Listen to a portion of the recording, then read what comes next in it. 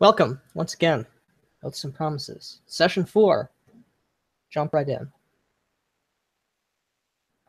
Now, it's been about 2 days since your meeting, your audience with Sir Maddox, the knight, or at least he would claim to be such, of satyr blood within the bounds of the Whispering Wood. As I turn on the music right there. As he had, that's not what I wanted. As he had tasked you to prove yourself in some manner, to undertake a request of his in order to fulfill your promise to the Margrave of Marina. And traveling for this time through that strange, otherworldly, ethereal woods, it only seemed to get, the deeper you go, the more difficult it is, especially for you, Cole, to figure out where you're going. Of course, you've never been here before, either of you. Of course, Zeno, claimed he's been here before, but as the hours go on and the days go on, perhaps both of you begin to doubt the truth or the veracity of his words. But you know not how, you find yourself before a strange entrance, say a cavern, a cave of, there's no rocks or stones sort of jutting out that you can see, no mountainous sides, no hilltops, but more within the boughs and the roots of these great trees, almost as if the soil so inundated with perhaps moisture and so churned up perhaps by the abundance of strange life here, almost as if a sort of sinkhole has appeared, and within which these great trees, ferns, bioluminescent fungus of various sorts grow and kind of mark upon the perimeter of this depression in the earth here. And indeed, here and there you see not only that, but almost as if buried amidst the roots and whatnot that I've described, you see artificed stone, difficult to determine its origin, but here and there you see such things as if something deeper has been buried in this place. But recalling the location as described to you by Sir Maddox, and of what lies within the waters of memory, as he called them, and of trials, and of a test, and of a facing of your own personal worth. I hope this scene up to you as you are standing before this place, the three of you, and you alone. This is a place of tremendous mystical power. I can sense it as I look at it, my clear blue eyes. I assume there's not a lot of light around here, right? No, there is not. Again, occasionally here and there are those bioluminescent Gotcha. fungi. And it is indeed night, as at least you imagine so. No shafts of Ahura Mazda. Light have come through. Yes. So, I peer out and those crystal blue eyes sort of shift slightly to like a crimson red, orange, fiery color for a moment as I just peer on out, trying to sense if indeed there is mystical energy here. And you can make me an occult roll, I believe. Occult Or or the- theology. That theology. theology is for if there's that. Mysticism. Okay. Make me a theology roll. I should make the flame tender remember that I do have the bad luck imperfection. Yes, I finally reminded. Okay, anyway. I got a 15. I won't make you re-roll that. What's your total? 15. I won't make you roll that. Not yet. It's too early.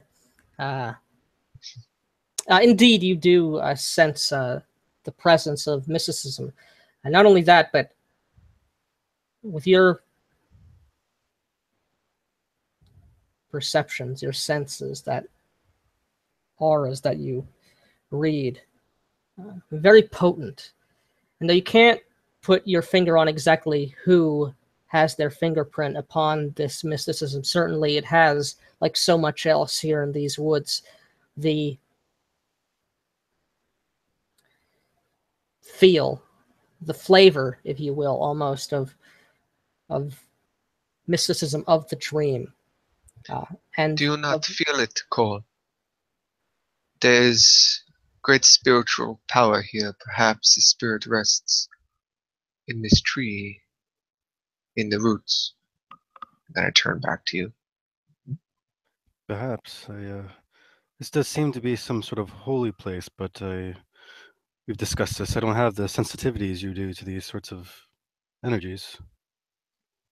But even then, surely you can feel it. Yes? Wish I say I could, but can't feel much of anything except for discomfort in this alien place. You must make sure that your feelings do not fall out of balance. Ready yourself. Do not know for sure what is to meet us, but it is best to approach it with a balanced mind. Understood. I'll try to calm myself here, though it's not easy. You know, I turn back at the tree, and then I turn back to you, Cole. And it's obvious to you, Cole, that like I'm thinking. My face, like my brow, sort of furrows slightly. No, I give that a minute and speak up. Are we going in? I feel the sooner that we get on, the Yes, better. I wish for you and Zenu to be comforted. This is a sacred place of the spirits, and they can feel, I believe, our emotions. If you would allow me a moment, perhaps I may lend my aid to your sight, and that will bring you comfort. I say as I gently sort of bring my hand up over my head, and you're like, what is he doing? Like he's reaching for something? There's no nearby branches. I just raise my hand up. I exchange a weird look with Xena. And then I slowly bring it on down, and my hand is cupped. And as I look at it, you know, I start whispering just to my closed fist as I try to cast a ritual. I try to summon a spirit of light. And my total roll, it's a DC 15 for just a level 1 spirit. 7. Okay, so I failed in that with a 13 on my roll. As I kind of whisper, and then I open my hand, and a moth just sort of flutters off. And I like look really deeply into that. Then I just close my hands and and I look back at you. It's almost as if, as you do that, you frown a little bit. You don't feel like you yourself did anything wrong in your beseeching, but it's almost as if the amount of sort of mysticism that you feel. It not as if there's a ward or something like that, but it's almost as if it's perhaps intimidating, or perhaps Yeah, like it's a the spirit little like there's doesn't want to. yeah, it's a lot of dream precept essentially, right? There's a lot of that here. So so I follow I get that understanding, I turn back to you and I don't say anything, Cole, to you or to Zeno. But I boldly take a step forward. Whether I just said a slight prayer for us or not, but I just step forward. And Yeah, I'm still confused, just exchanging another look with Zeno. Walking after you make a couple of steps. Gotcha. Now, you described it like a big tree with like these roots that we go into the roots kind of deal? Yep. Okay. Yeah, Once you're descending within like the bowels of the roots itself. Yeah, like you descend down. Okay. So yeah, Yes. I would go in first. The darkness not really affecting you. not making me hesitate. And as you descend, almost as if you're in some way the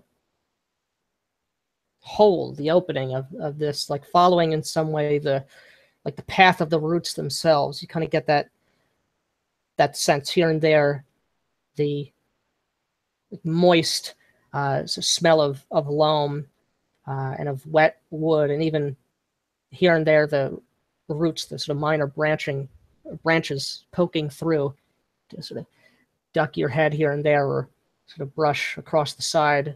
Strange fungi and other almost moss-like things hanging from those very spindly root offshoots. But also here, well, why don't you give me perception checks before I say what I was about to say? Mm-hmm. Okay. My perception is there any fortes that would add to this? This is sight. Would hearing also help, or is it just sight? Hearing would not help in this situation.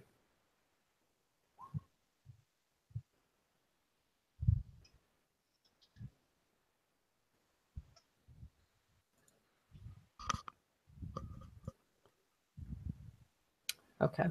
Well, Jazili. Okay. You again sort of see more and more as you descend,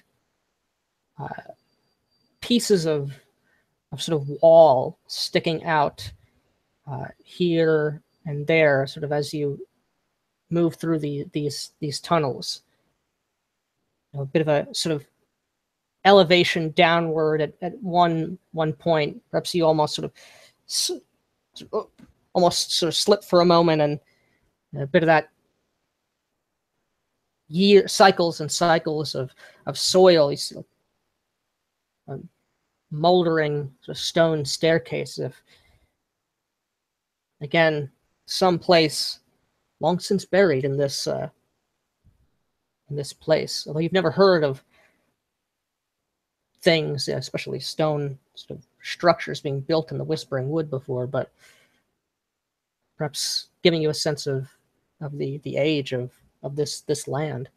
But before long, perhaps Cole having to sort of and Zeno, perhaps a conga line almost. Is it? There is none of that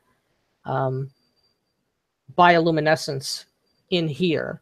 It is of total darkness, only being able to be pierced by your Mihangi eyes.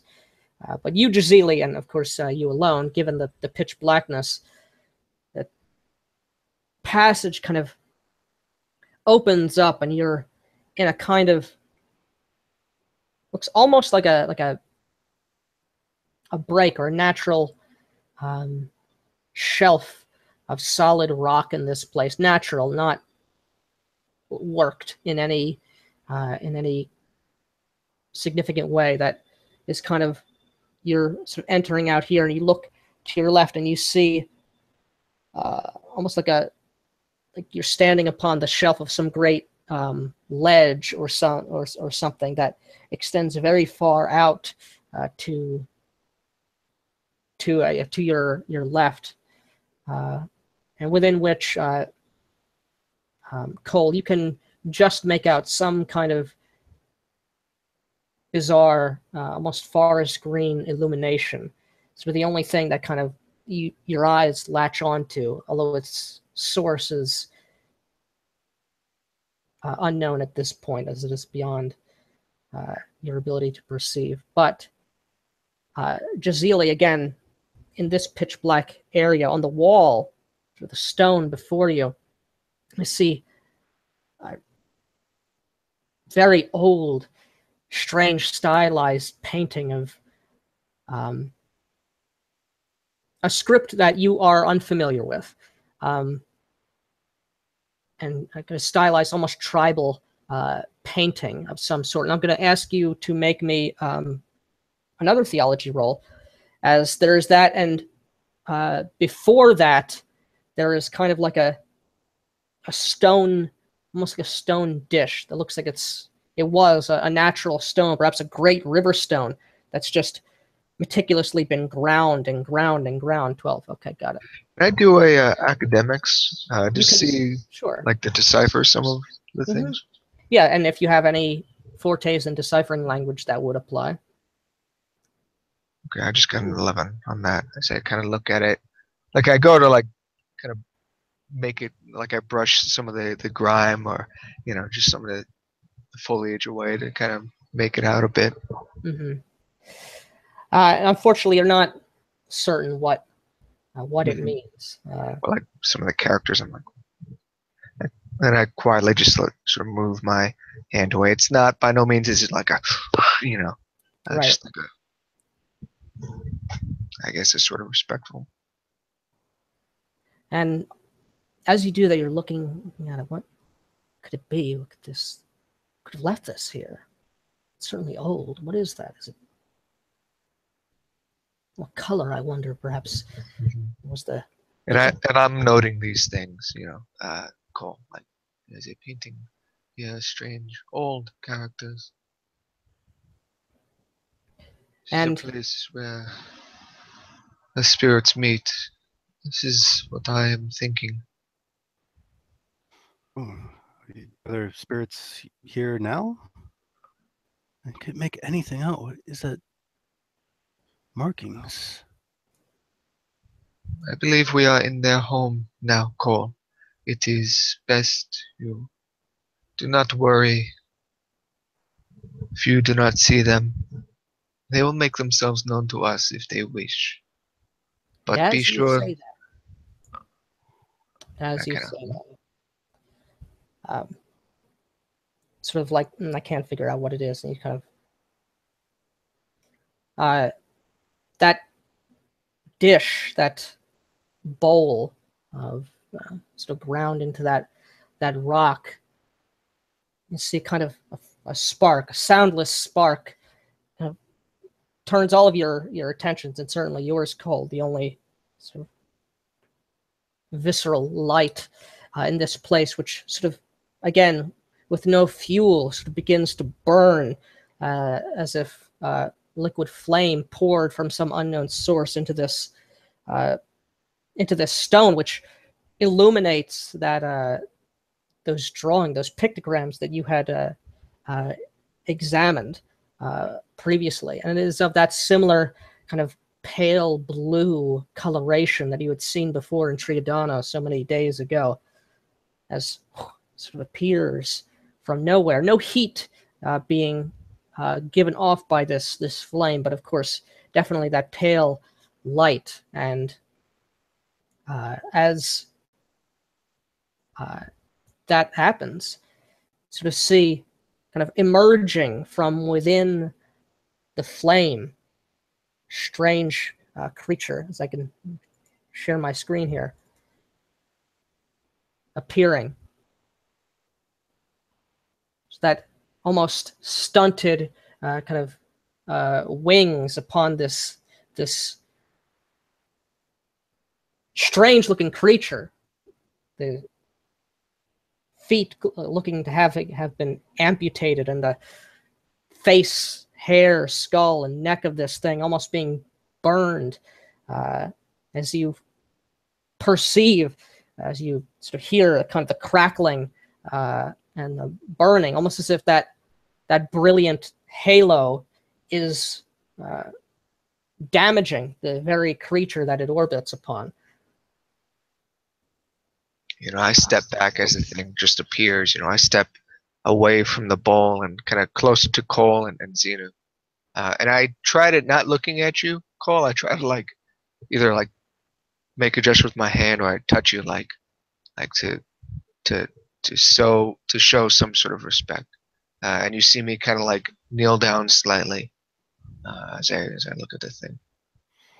And not taking eyes off of it, I'm mesmerized. I feel your touch and see what you're doing out of the corner of my eye, and just soon after you follow, going down and bowing. There's clear fear in my face, droplet of sweat just coming down my nose, droplet just hanging there, and almost frozen in fear and awe. It says in Ajiran, who approaches these ancient caverns? And I respond in Ajiran, Jazili, sent here by Lord Maddox. We are to drink from the waters, to see its reflection. As it sort of turns, those wings sort of jaggedly, almost as if spasming, keeping this thing afloat, as if the wings are barely enough to support this creature's flight, as it hovers above and partially within that flame, as it turns its sort of blackened eyes to you. Your name is known, whispered. You are expected. And as it says that, I gesture to the other two. Cole, Xenu, they too have been sent like I. Yes. You will proceed. I will be your guide in this place. You will witness events of past, things, places, whispered and told, remembered in the dreams of this wood. As it responds in that lyrical Ajiran, right? I'm not translating this. I'm just sort of listening. And once it makes a gesture to begin guiding us, then I get up and I gesture to Xenu and Cole, and I don't. It's just through body language. For some reason, I expect you to know what I'm thinking. So used to being Susmiyangi, Right, as I see you get up, I wipe a bit of my face off and whisper, as low as I can. What's happened? What did they say? It is to be our guide. Oh, okay. So it's an ally then. Oh, very well. Yeah, so I sort of stand up and I just wait to see where it goes, or if it shows us what to do. I just sort of floats, flutters sort of down the passage of this place. As you continue to follow it, it doesn't sort of look back or address you. It's very kind of eerie, obviously its appearance notwithstanding, as the brazier is still remaining to be lit, and as you move forward and through these caverns, the light of this sort of burning golden halo, emitting its own sort of perimeter of light, as that smell of loam and of moist things of nature is replaced with the sort of scent of cinder, of ash, and of sort of burning flesh, which kind of falls off of this thing as it's sort of, as you see in the sort of the picture, almost as if its own face and skull are continually burned and being. You absolutely may do that. As I was going to suggest that for anyone who has theology can attempt to identify this spirit if they have it. But similar to the wings, sort of almost like a dusting. You are not certain what this creature is, though. It matches no spirit that you have heard of in your teachings, in your learnings, as you continue through. For moments in memory, you will see. You will live. Live as it is remembered. And in so doing, perhaps, wisdom will be gained. Can I quietly translate that, Pelganese to the others? As it sort of speaks to me, I kind of pause, and a few beats after, then I sort of translate it. I'm going to turn the scene over to you real quick, as letting you react amongst the two of you as you are being taken, as this thing slowly moves, unhurriedly, sort of floating through these caverns as if it knows the way and just expecting you to follow. As sort of you turn that corner, that green light you do see kind of suffused within this massive natural cavern, like a rift or a cleft in stone, which you can see. And here and there you can indeed see the ground above, and some of that bioluminescent filtering down within here, but this labyrinthine natural place. I'm going to let you have a moment to discuss with yourselves this unusual place.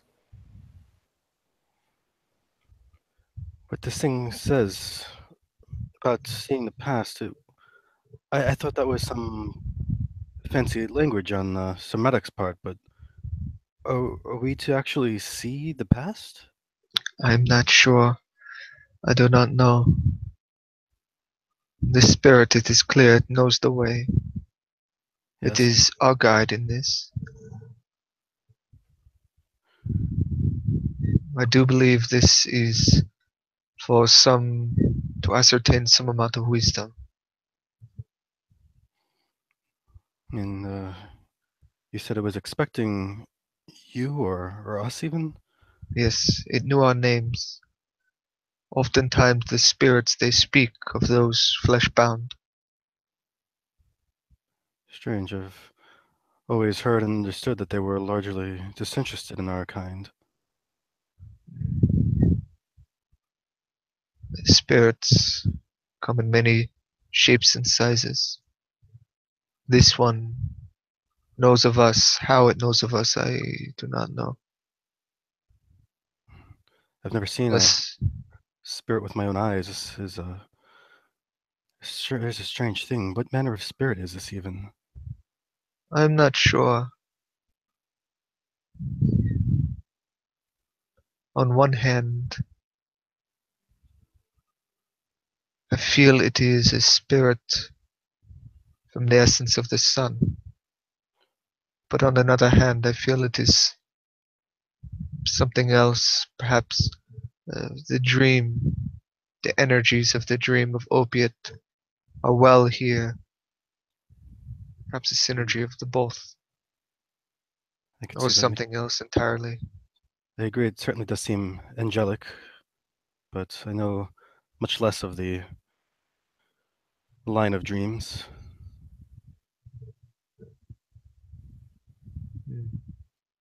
I too do not know much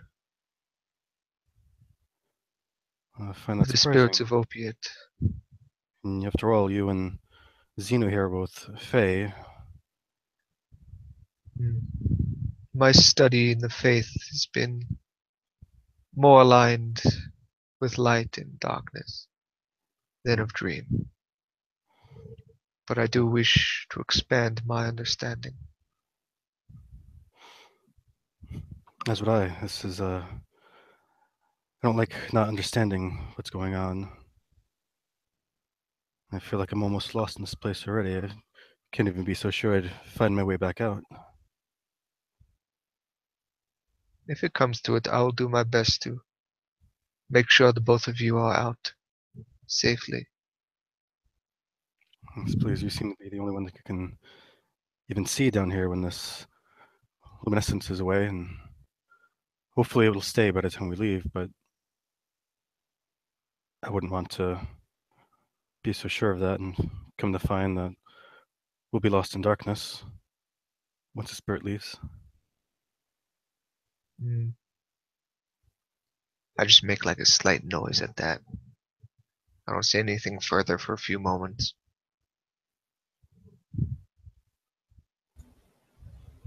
Be sure that your blade is hidden.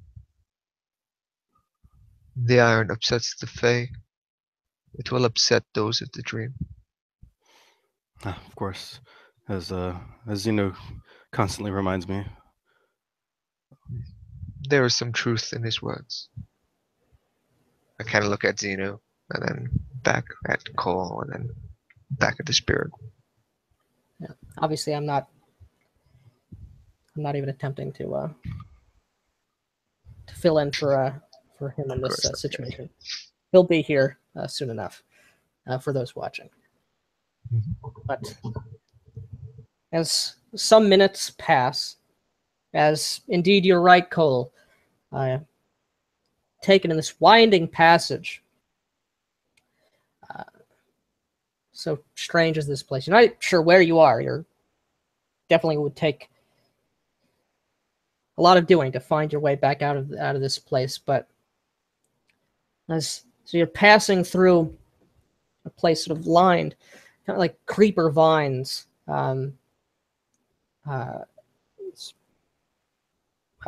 hanging down and clinging to the walls in almost kind of canopy like fashion. See a huge amount of those growths sort of separating, sort of almost like blocking the path of you as you're still following perhaps a few paces behind this this spirit, who sort of still not looking back to you in any means of addressing you or any way a typical mortal would perhaps address someone, just almost as if it's sort of this thing on autopilot, almost, if you can imagine. Beyond. So I won't share my screen again. You will relive the events, the battle, the aftermath, the sacking, the human town of Milsak.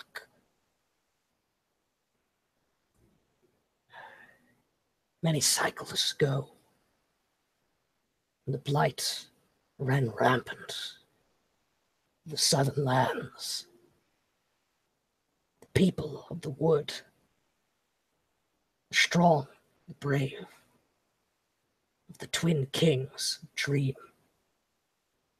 left the confines of these sacred forests, give aid to the humans, to the other races. So great was their need. So thoroughly was life at risk.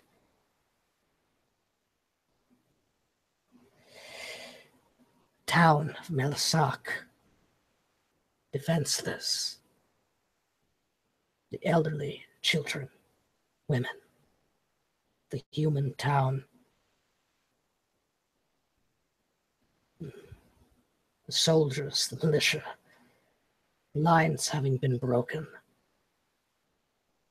Surely they would be lost. Yeah. But the bravery of few. Some of the town were led to survive, to live on another day. Yet this deed is one of many that is forgotten beyond the veil of the wood, but not in the dreams and the tales of the Fae. As it sort of moves through that curtain of vine and the almost not so much burning, but turning into sort of pure, sort of burned cinder, it sort of moves through, kind of burning in this sort of strange scintillating pattern, this flow, as it sort of slowly sort of turns and it kind of, you don't see it sort of a mouth sort of move, but almost like the exhalation of its breath as that burned sort of foley just washes over you. You know, you especially, Jazili, sort of overwhelming your acute sense of smell, and even you, Cole, and Zeno as well. Sort of your eyes roll back for a moment as a rush overtakes you as you kind of reel for a moment before coming to your senses as the vision before you kind of sort of swims as the curtain of that cavern kind of falls away. Those creeper vines of the walls, the strange glowing bioluminescent that still illuminates in various places, morphs and change from vines to a glowing bioluminescent fungi to plumes of smoke and of fire as you find yourself as the scene changes before your very eyes to not the cavern where you were, but of the outskirts of a small human village, of a town. You see the wood and the forest around here burning, the night sky looming overhead, and those twin moons gazing down balefully upon you as the screams and the lamentations of townsfolk, of crying children, of frightened commoners can be seen as you look about and you stand there yourselves, but surrounded as well by satyrs, sprites, Freyine, and of indeed some other individuals, perhaps you cannot determine, about 36 of you, armed and garbed for battle in the acute and particular ways of the Fey folk. But sort of look to some of your other individuals here, not knowing them, but they sort of look at you, each of them giving sort of stern nods if they certainly recognize you. And then perhaps you see it catch a bit of some puddle of water as perhaps the people here had tried to put out the flames, obviously to no avail. But though you seem yourself to yourself, your reflection, not like you, but of some denizen of this wood. As a satyr comes up to you, Cole. We made it. We're not too late. The goblins, they're surrounding this place. There's far too many of them. What should we do? Where should we go? the way we came, they're wise to it now. Even now the other group has stood behind it, is perhaps giving us the time we need. I don't know if we'll be able to save everyone here, but perhaps we'll be able to save some. He's looking about, clearly fear in his eyes, but Yes, bravery of course. as well. These savages, they have no discipline.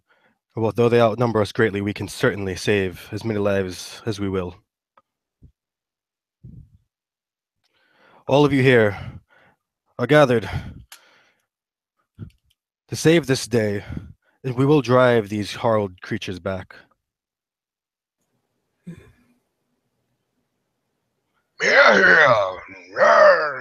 I see fear in some of your eyes, and fear is good. Fear will keep you alert, but most importantly, I see bravery. I see men standing in the face of fear. That is the very definition of bravery. We'll hold back in tight formation, use our superior intellect against these savage, mindless creatures. Running through and collecting the innocents as we will, and keeping them between us. As we form a circle, we'll get large and large as it needs to protect them all. Whether it takes us the next hour or the next chain, we will reach safety. Fine words. Where will we take them? There are frightfully few places easy to defend, and no places that are safe from the horde of these creatures. Yes, we're all familiar with the small town south of here. You're correct. It is not much of a defensible spot, but it will be safer than out in the open here. And once there, we can recover momentarily and drive them back. You talk of defending ourselves, but we should be attacking forward and driving them back, driving them away.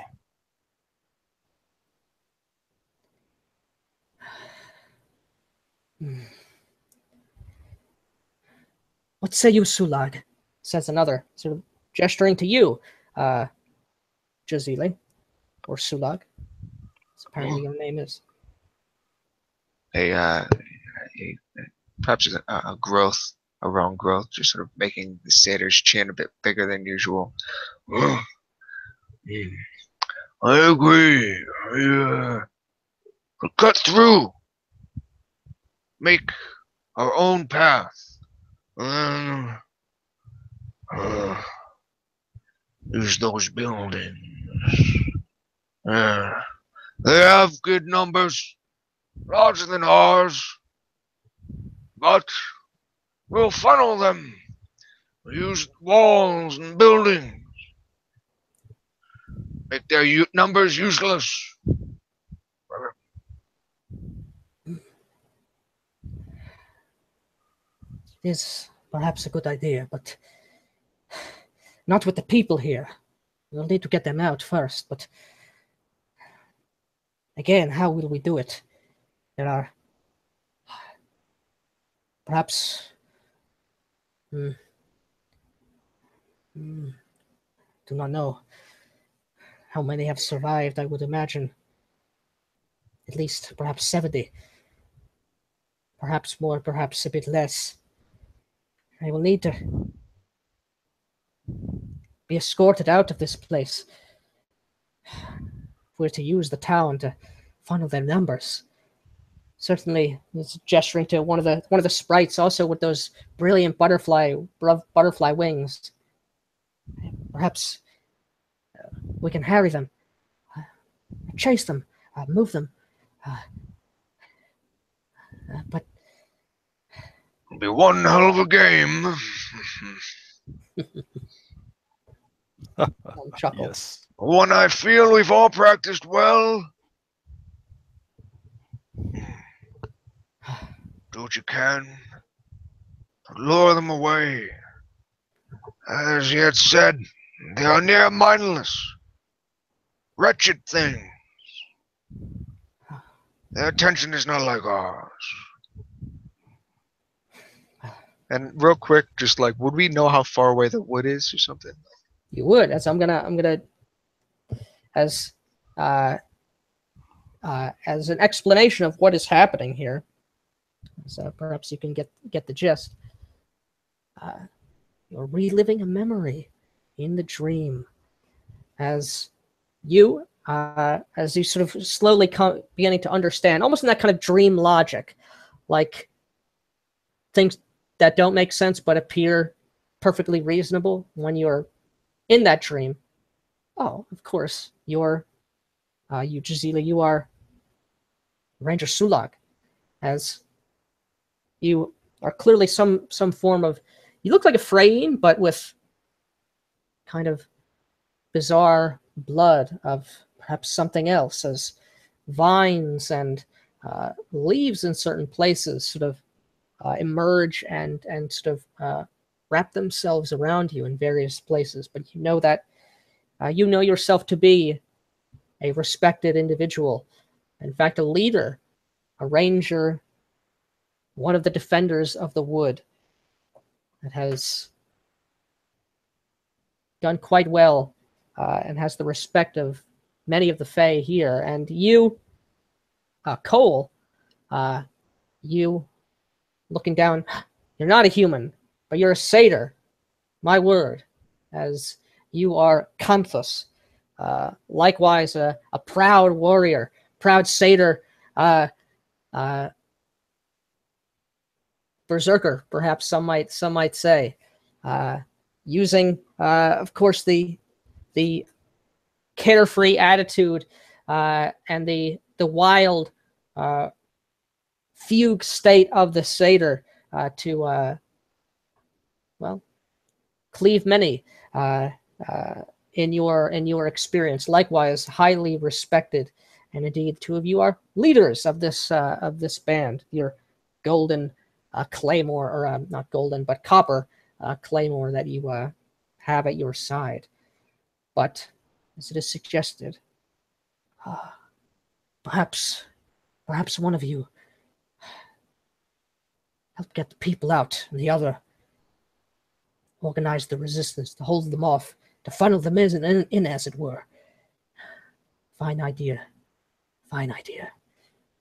Yeah.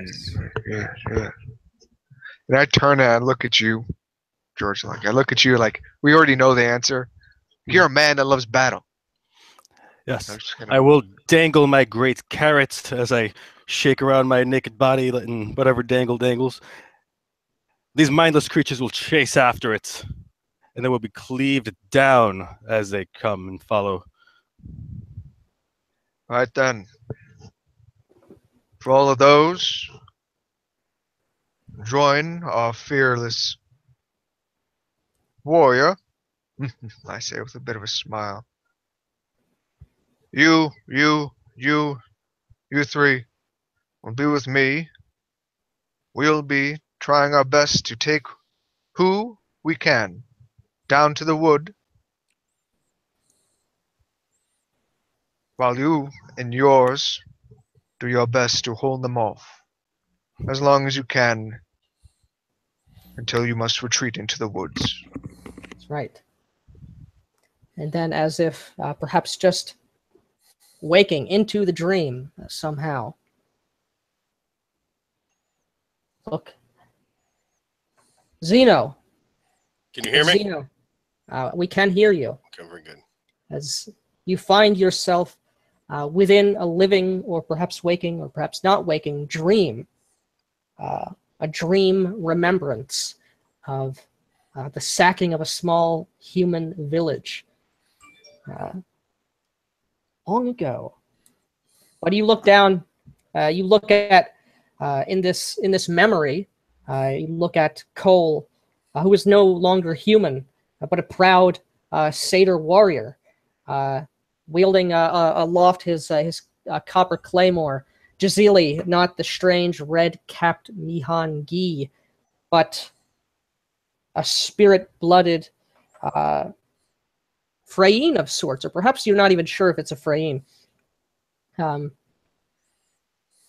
His skin coloration run through and shut with browns and the weavings of vines and leaves. As you look down at yourself, a reflection in a myriad of puddles, as this you are in a burning wood here in a rapidly burning town. You are not the 6'5" satyr, but instead you are a sprite archer, holding in your hand a sort of small but intricately crafted bow of strange fibrous materials, as you would recognize and know yourself in this sort of dream logic as Ka, something of a sort of a powerful, almost spiritual leader amongst the sprite people, as you have undergone the metamorphosis and have these resplendent butterfly wings forming from your back. As we jump back in character, as perhaps in character, the other two can relate what is going on. So I'm still looking around, kind of like groping, confused with this thrusting into this gossamer and remembering all this and trying to balance it up against, the vague reminiscences of the earthbound places, sort of watching and looking out at the all guys if we want to enter that way.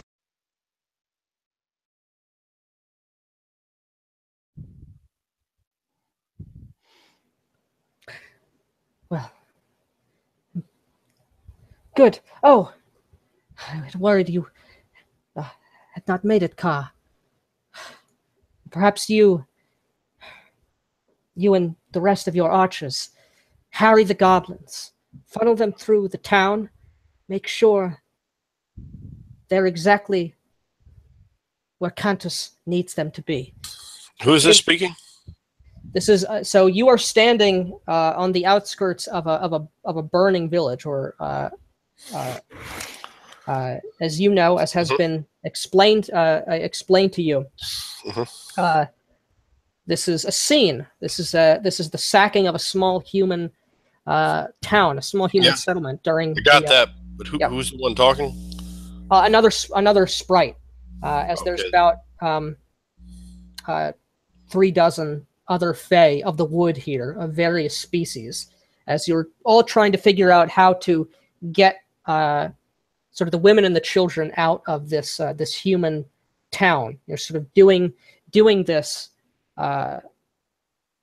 showing kind of an act of mercy, as sort of the soldiery has sort of broken, and this one community is totally defenseless against the horde that is about to be upon. So you're trying to determine a plan as how to hold back, to stem the tide, and how to get out, get the defenseless out of here and to safety. Ah, yes, Ka. You would be best assisting me in harrying these hard creatures. Their simple minds will not be able to withstand your clever little one. It'll be no different than the times we've hunted past. Well, I suppose so. Ring. Make sure they are where he needs so them humble. to be. So that's... Yes, lead them directly in front of my greatness, and they will be speared upon it.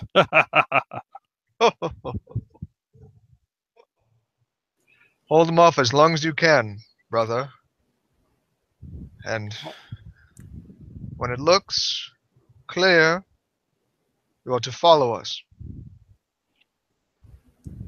You understand? Yes. I know yes. you and your bloodlust.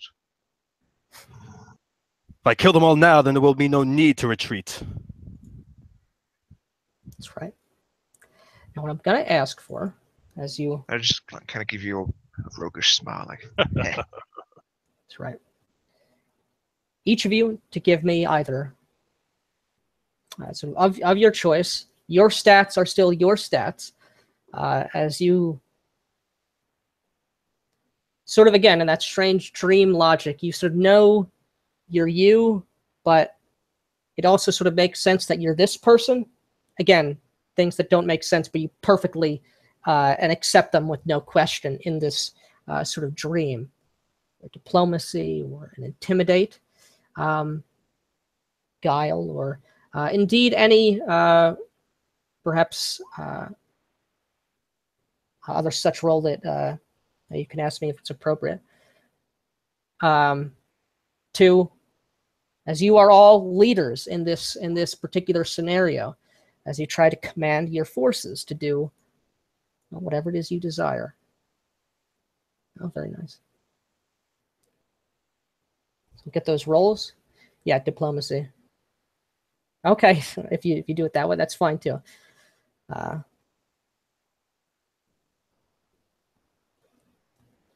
right. So, Cantus, why don't you let me know what it is that you exactly plan to do? I'll let you know how it goes.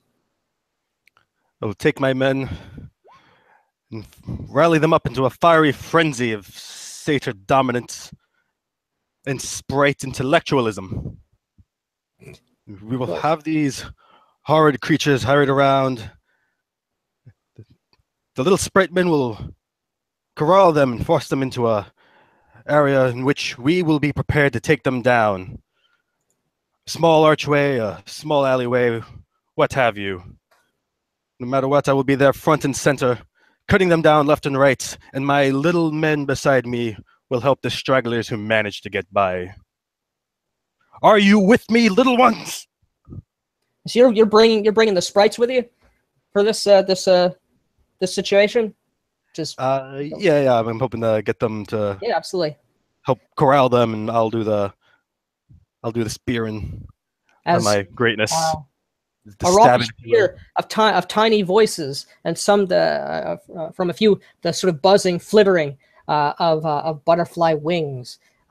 Some cries and calls out of your satyr brethren as well, eager to let that revelry to slip into that fugue state of which they find so much comfort in. As with that roll, they're with you. They're with you as you move forward into the town, heedless of the burning trees and whatnot. And Jazili, what is it that you are doing? With me, stay close to me. We will make this work as long as we are together. Let not your connections to the dream sever the reality before you. These people need our help. We are going to give it to them. Go ahead. Get on forward. Like, I don't charge and lead. Like, I just start moving, like, very just stomping. As his is kind of like, yeah, they riled up. They're getting ready.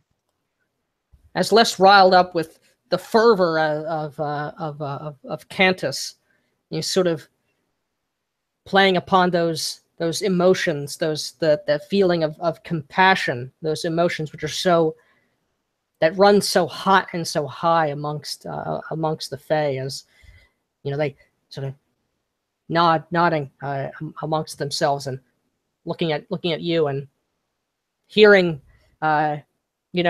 here and there sort of the calling or the crying of perhaps a mother and a child in the chaos sort of surrounding. You see their eyes steeled.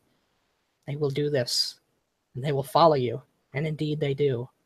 And finally, Ka, what is it that you do? Ring, ring, my pixies. Come with me. We must see exactly who needs our help. Keep your bows ready. We shall all be safe clinging into those aspects of the dark where we will not be seen. And perhaps just a few, you and you, yes. We'll have you positioned right here. And I'm kind of positioning people into a situation that puts me further in the back into a good position, ready up my bow. We shall all be safe here, clinging in the shadows and then only so slightly exposed. I shall make sure with our plan that we are just where we need to be. So trust in me, and we shall deliver all of our people from this smoldering hellhole. And yes, I'm lying to them. I'm trying to position them for my own best good. The place, Right. where I can certainly be taken care of and not be bashed and destroyed by these big galoots. Absolutely. And they are all with it. And in a scene, Cantus and his group charging headstrong into it right down the middle. No guile, no stealth, crying out in almost a challenge for these hideous goblins. The team of Sulag sort of coming in along the other side, eager to sort of break people out of these homes to get them to safety. And you and your sprites, sort of your evocative speech. Indeed, they hiding, as sprites are so eager and easy to do, as they sort of rush in. Some of them with wings, some of them clinging to the underbrush and to the shadows, which are cast long from the burning fires that are the only illumination of this place, apart from those baleful moons, as they spread out and are immediately gone to the camera as the scene changes. As we go to Sulag, as breaking into the perimeter of this town, there are you can indeed see it is a dire situation, as clearly these goblins have just set fire to the wood, and some just great boughs, even some of the slightly smaller trees with thinner trunks have just been sort of falling upon some of these buildings, as you even see a few folk who have died, clearly trying to put out some of the flame, or defending perhaps someone else, or trying to pry open a door or smash through a window. But the smoke inhalation and the sheer heat already having felled and sadly costing the lives of several individuals that you sort of see strewn about. You look in one of these, one home or one building, a kind of, a blacksmith's shop, and alas, that the roof has sort of collapsed, and you see the dead form. Half the roof has sort of fallen on one individual, and they're clearly gone. But there are many cries and calls for aid, as they're depending on you and yours.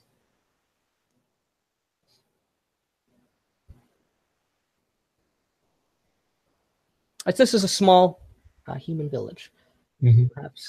Going on in and just giving a very sort of authoritative presence and voice amongst the soon broken down chaos of just the burning villages, the burning buildings and whatnot. Just trying my best to order and guide people. Help us! Yeah, like gesture, like go in that building. They need help. Whatever. People that can't walk properly. I'm like, you over there. Who's out there? Get that one over there. It's the goblins. They've come for us. It's all of you.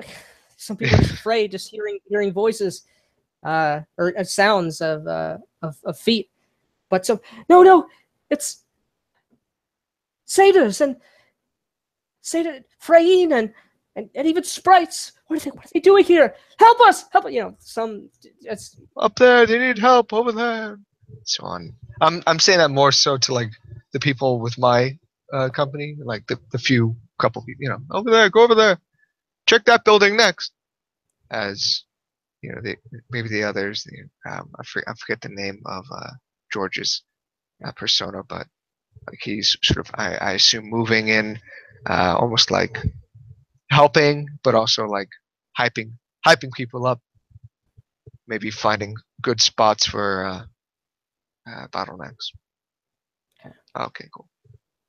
And ask you to give me, as you doing that, you're assessing the situation. You could certainly give me either another diplomacy check to sort of order, get these people going, or you can give me. Well, you tell me what you think is appropriate, and I'll let you know. I What want to about give you the three. diplomacy? So that's a 22.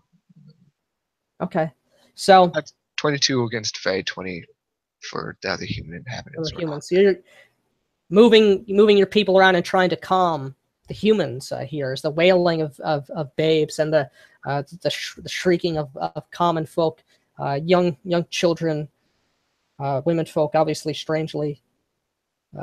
Strange quirk of the human culture that, at least in these lands, the women are not seemingly sent out to battle as perhaps yours are. But that is, I'm going to let you take it away as you are successful in doing that. That's essentially what I was describing before. What I was doing. It's like that war scene, right? It's all smoke billowing out from some of the fires and whatnot, and the general chaos. And then those looming dark shadows pierce through, the mist and the fog. Oh, they've come for us! Oh my God, they're here! But no, it's just like the close up of my character and then the few others with me, sort of coming on out into line of sight for these people. In which case, it's not like we're running about in this town. It's just like a very methodical. Sort of jog, fast walk kind of deal. Follow us this way. We're taking you to the wood. This way. There. Taking you to safety. To the wood. To the wood. Huh. Some people just immediately fleeing. Stay with us. Yep. As you begin that, as we shift the scene over to Cantus, as you and your team sort of running first into the sort of the middle of the town squares, you see it's kind of like this town. Yeah, it is very much like a corridor. Like there's a central road, there's a well in the middle of it, and there's just buildings on either side of the road. And it's just a very simple, very small kind of human village here. But find yourself here. Obviously, there's no one around yet. But as you try to find out how to set up your line, perhaps, what do you do? So you're saying there's no side alleyways or anything like that? It's just one road because it's basically just a single road. But indeed, there are spaces in between the buildings, of course. Okay.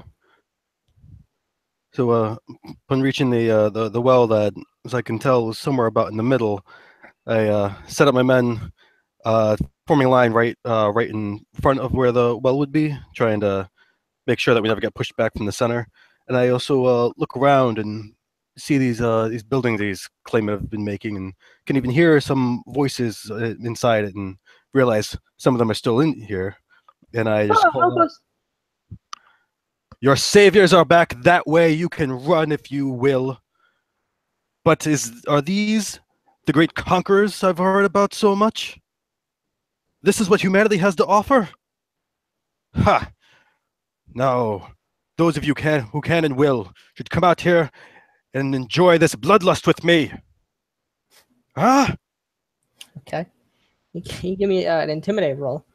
You like to intimidate these folk into getting off their asses and stop being cowards. 14. Okay. This is the best humanity has to offer. Is like, the shrieking of children, the screaming of infant children, of mothers just in tears, as unfortunately your tough love to get them off their backsides to start defending their own towns do not doesn't seem to instill them with much. Although some of them who are able, your saviors are back there, and they look. You see, there's some people getting out and sort of being freed, as you see, mother sort of carrying, sort of one of her children, sort of, ushering in two others who are a bit larger and able to run perhaps a bit more. It's like, running towards the And back. I continue in with the tough love. Ah, pathetic. Keep running, all of you. Get back there. Your savers are there. Faster. Faster, or I will just kill you all myself as I wave around my large copper claymore. As you And know, I jump back to my small satyrs. This is what the story has been told about. These are the clay people that we've been so concerned of encroaching on our woods. you just see this small, like 6-year-old child, like, I'll kill you where I stand, or you stand, like just starts wailing and crying and just running away as he's terrified as any child would be in this situation. But that is what you do, setting up your line. The scene changes to Ka.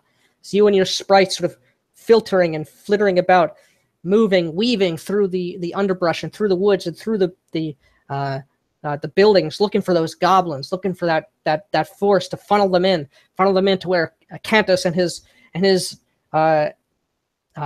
berserker satyrs and his warrior comrades can mow them down like the vermin that they are.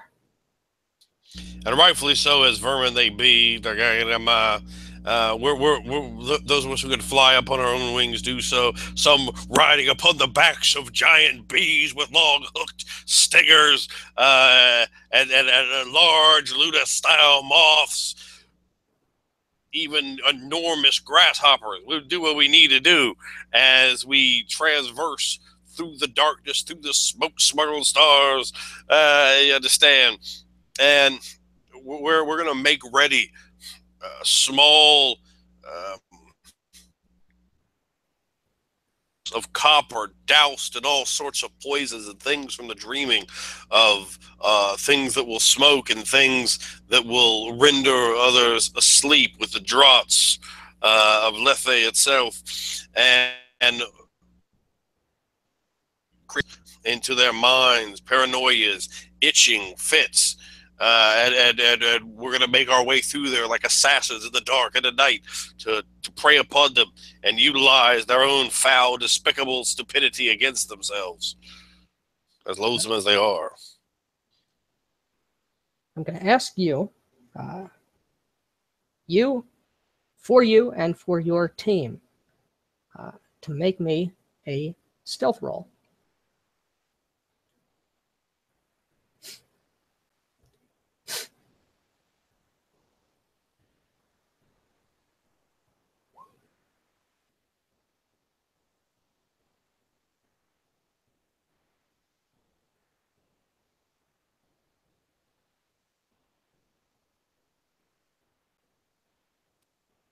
And you're saying with the stats I have now? Yes. Total of 11. Got it. Okay. So you're weaving and you're moving through and you trying to find where these this horde is. A horde is what it has been described, and with sort of a start eventually moving through sort of, you know, some on those bees and on those moths and those grasshoppers, just weaving and jumping and hopping through the wood. You see them, and it is not a few, it is not a dozen, it is not 2 dozen, it is not 3 dozen, but it is a huge portion of perhaps a greater war band, perhaps scores upon scores of these loathsome creatures, about 3 feet tall, with emaciated forms. That's right. Sunken eyes and these sort of wicked hooked beaks, these vicious claws, and of course those toes, and here and there, you know, they all sort of moving through, but also almost viciously, almost like a plague of locusts, sort of devouring and sort of consuming as they go, just leaping from tree to tree, and just almost in spite of anything that is upon them, just lashing and ripping and tearing asunder. Perhaps with a twinge of your heart, these unfortunate innocent trees are being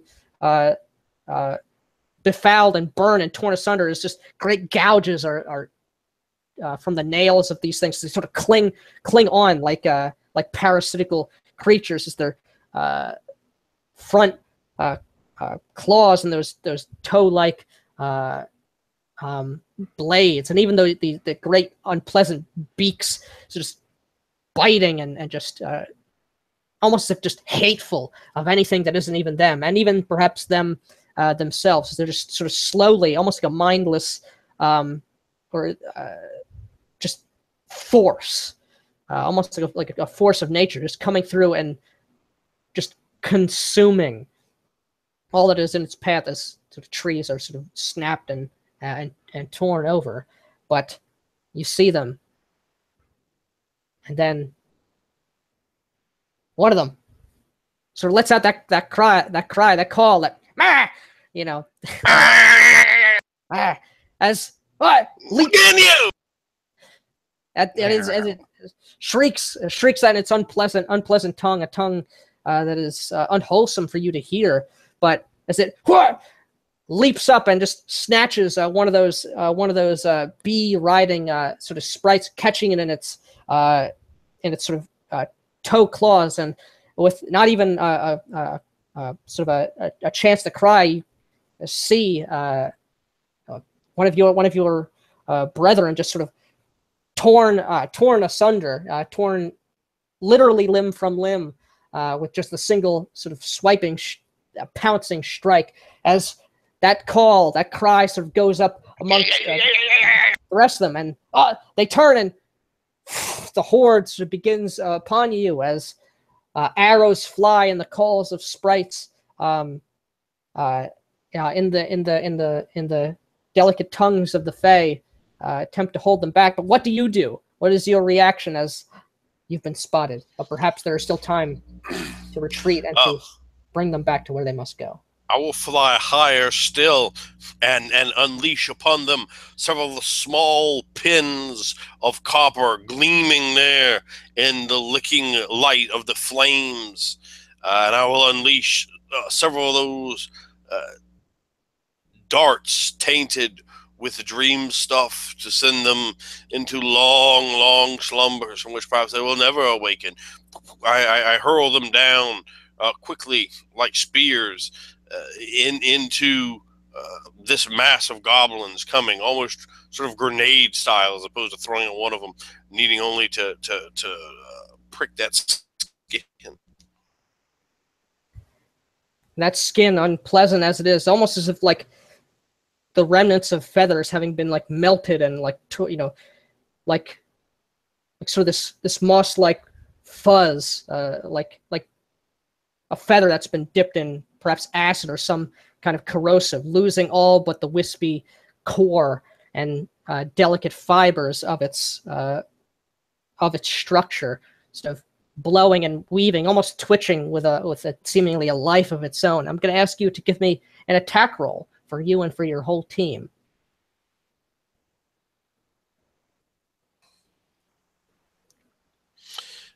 Which for the whole team? Which combat set do you want me to use?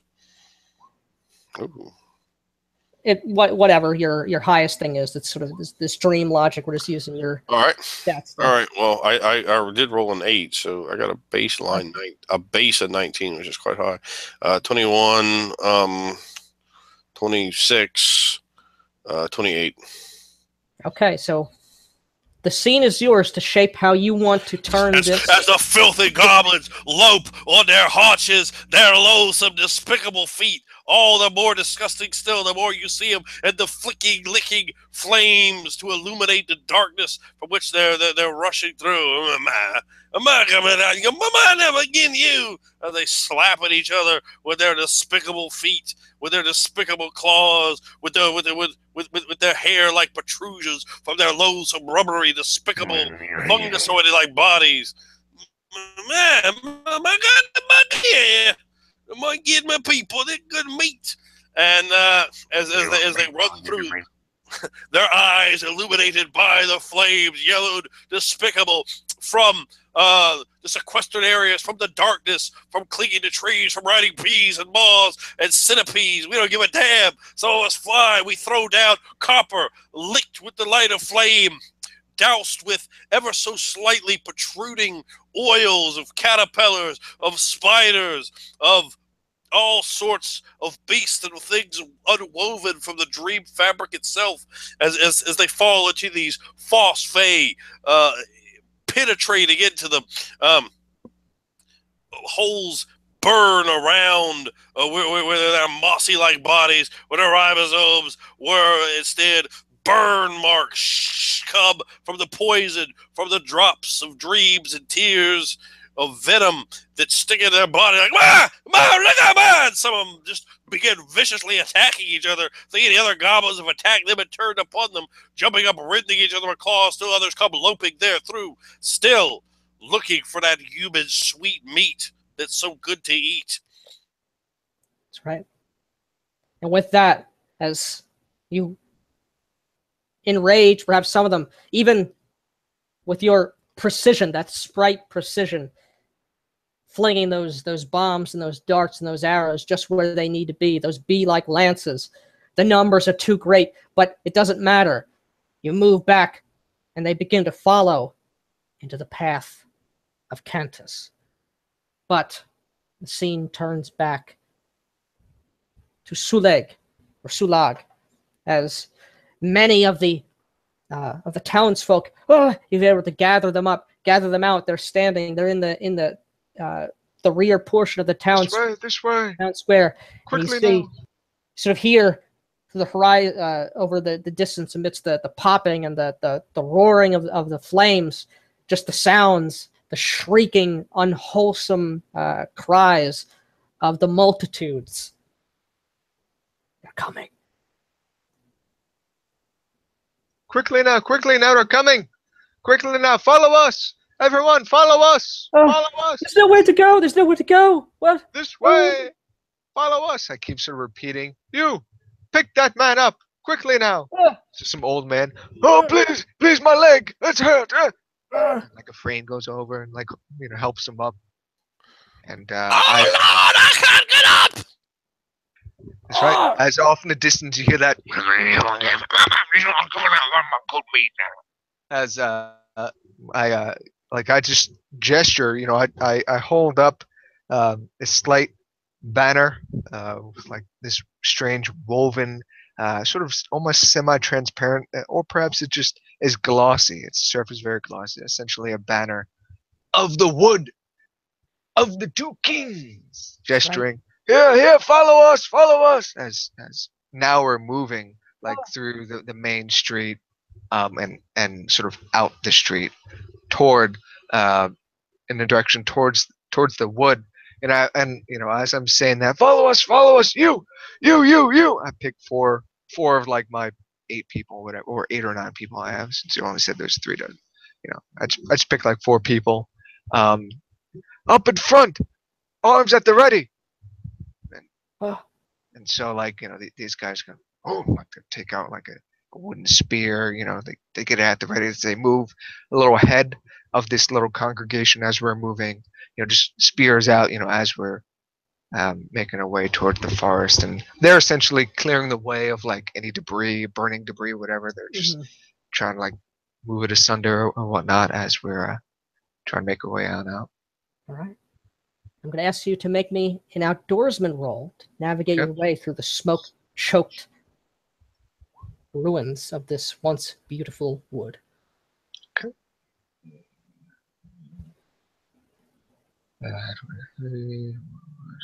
26.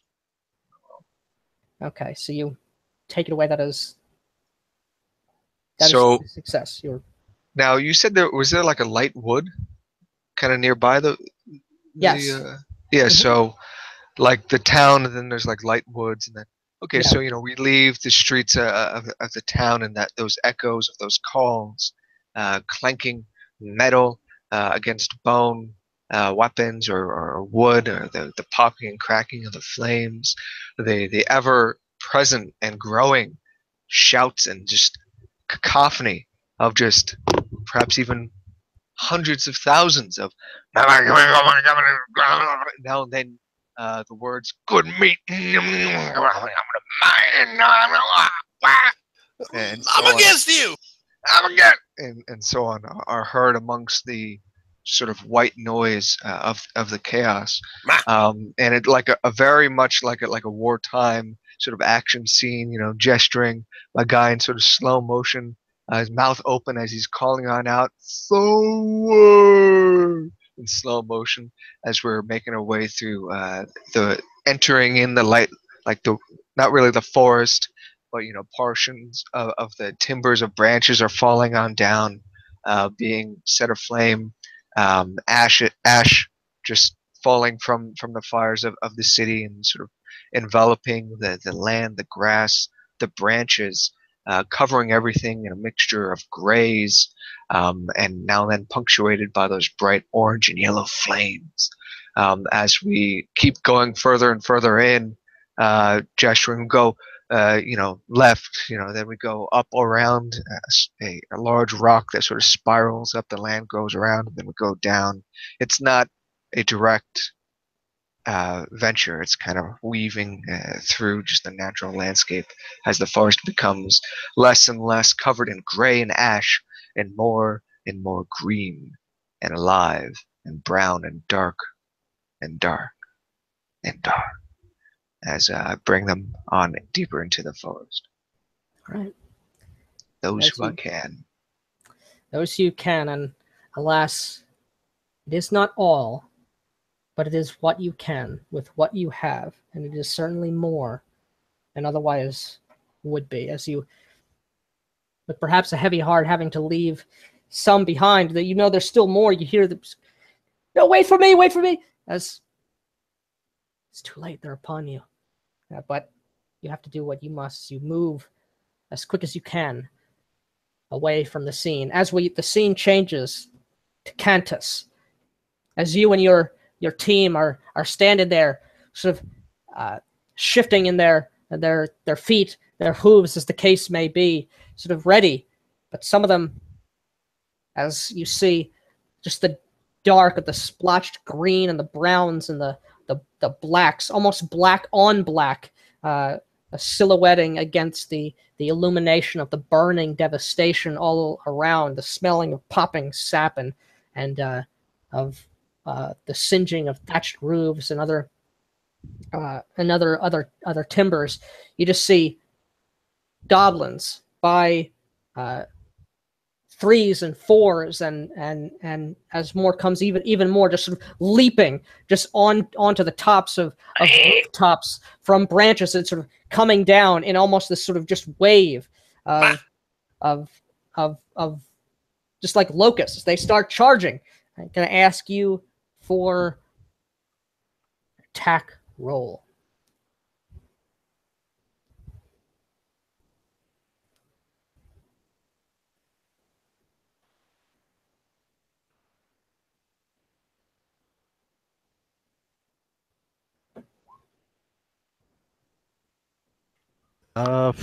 Only got a 10 for you.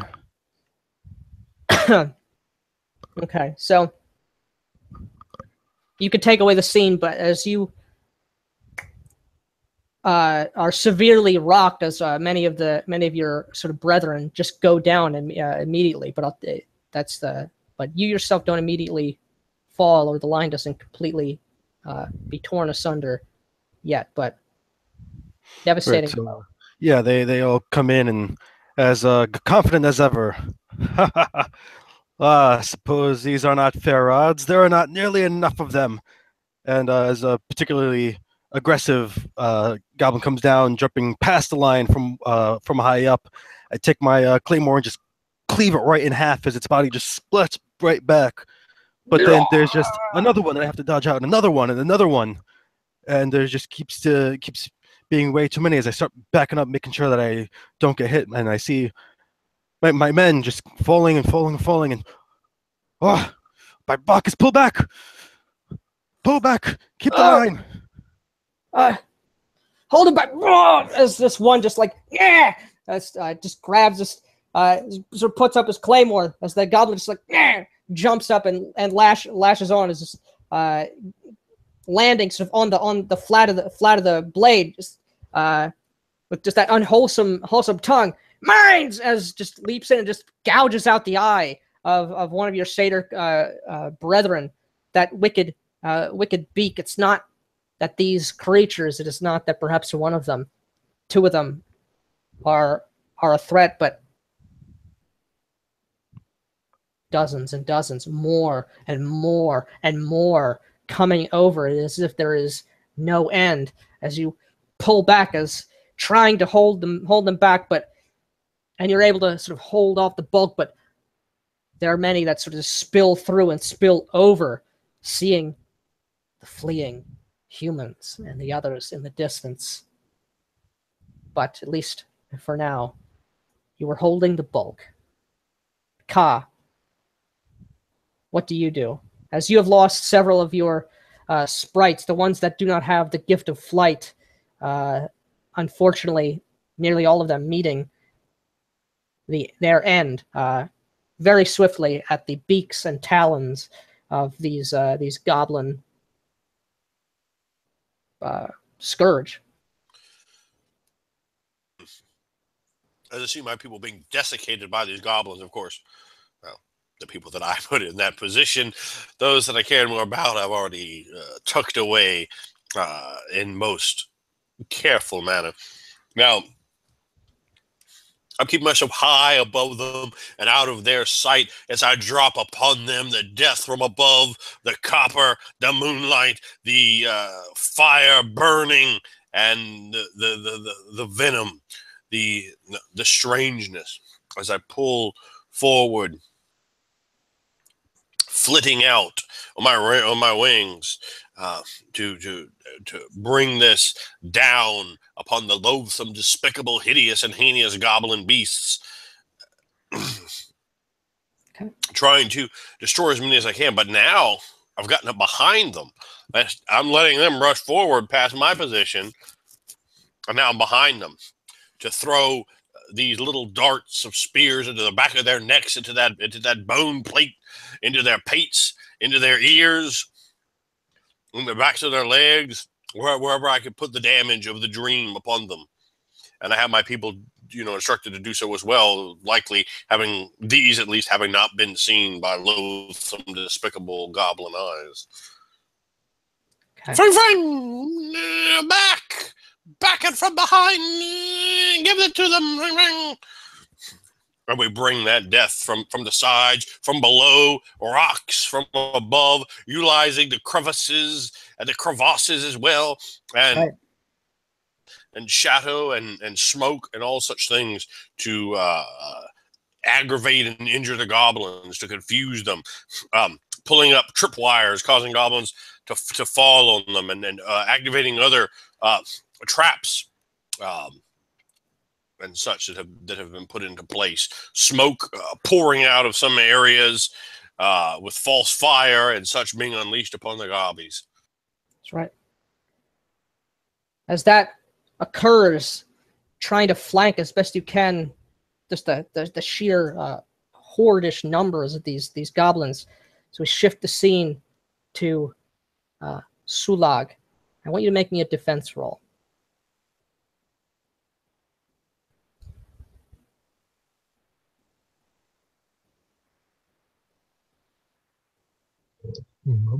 Defense roll of 12.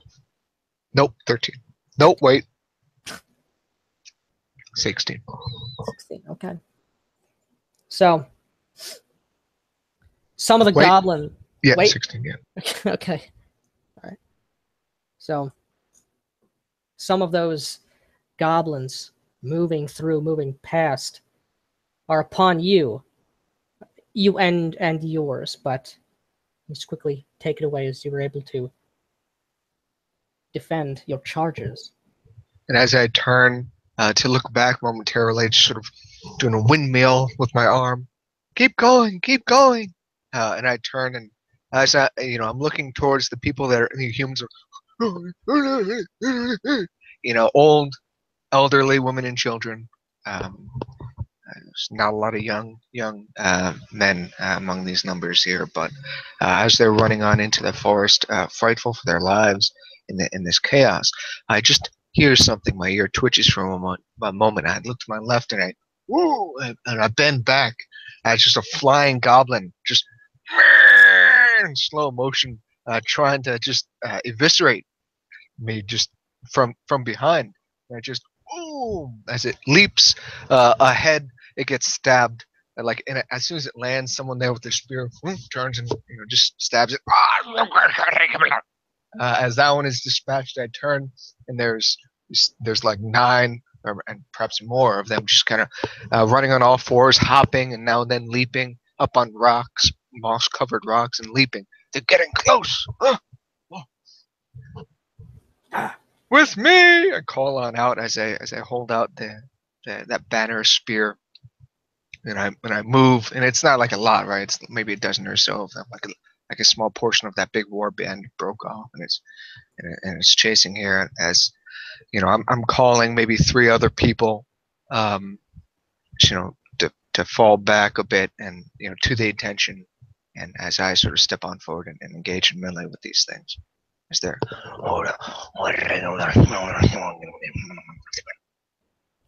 So they mutter and whatnot. They huff and puff as they're hopping on all fours.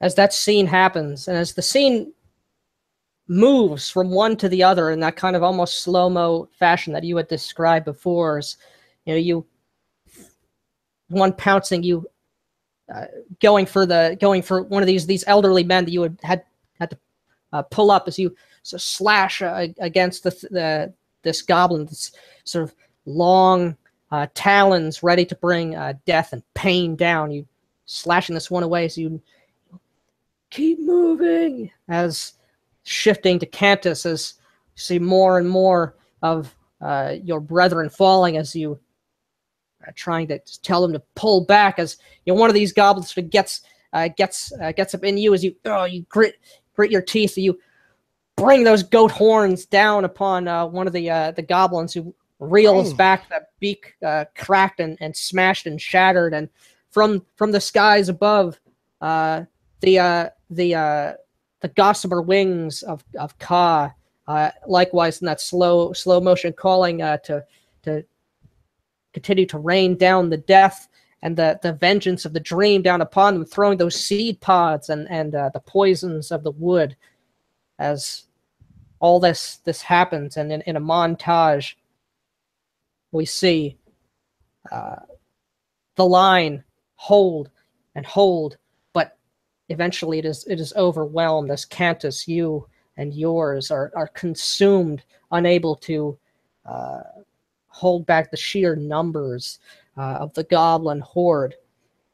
Ka, those with the gift of wings, at least most of them, or riding perhaps dragonflies or other particularly fast mounts, are able to perhaps buzz and to get away. But alas, those without the boon of Rulaskad or the companionship of a particularly speedy mount are likewise torn asunder with ease. And though the remnants of the horde, or not the remnants, but the fringes, continue to dog you, Sulag, and you, Ka, and the rest of the individuals with whom you have saved, you do lose some along the way, but very few, as you were speedily able to move through the wood. The goblins, for all their numbers and for all their horror, are perhaps easily distracted in the sight of this village, and with still some humans left within to terrorize and devour, you are able to, at great cost to your people, save some of a different species. And with that vision, that dream, it shimmers and sort of falls, almost like rain falling down the pane of a glass, and you find yourself still in that cavern, although in a very different place, almost as if you've been walking this whole time. And again,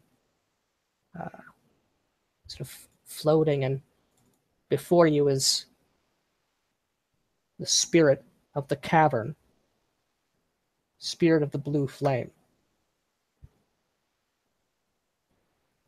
So like I blink a few times, just kind of realizing sort of what I just experienced. I look at Cole and Xena, see if like they're like just look like trying to read them. I turn to them, see that their eyes are open, they seem to be conscious and everything. I just turn back to the spirit, and if it's like if it's stopped and facing us, my eyes just like I'm just like in momentary awe. So I'm kind of looking at it. I had no idea the losses that were undertaken.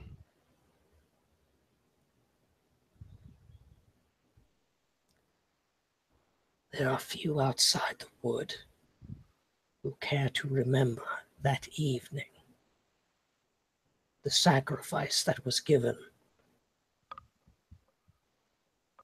in exchange.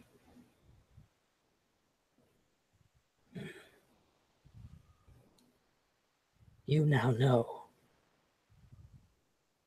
and will remember. As it just slowly turns and begins that same floating, slow path deeper into the cavern. So perhaps you remember its words, full memories you will encounter. Now I pause a moment, seeing it sort of. It seems like I have no grades in splunking or anything like that, but does it seem like it's just sort of going deeper into this weird labyrinthine place? Or do I get this sense that it's leading us out? You get the sense that it is, well... Just general orientation. You give me a spelunker roll if you have it. I don't. Okay. But I'll give that roll anyway. Guess what? It's a 1. Wait, sorry, it's not a 1. Okay. It's a 3. You have no idea. Yeah, so you're utterly and truly lost.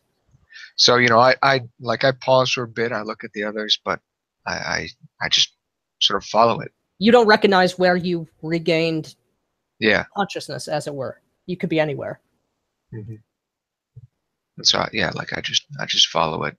After a few, it's not moving very quickly, right? So I just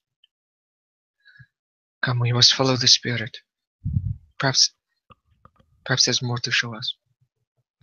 Not another memory.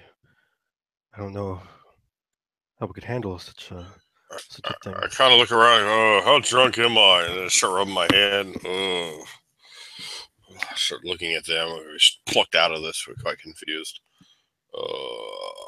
My head. It was not a drunken stupor, Xena. Yeah. Okay, you're being nice, and I appreciate that. I was like the sprite, or hey, wait, and you were there, Yes. Whoa. What, you were there? Wow. Yes, I think so. It's all coming back to me now. It's like,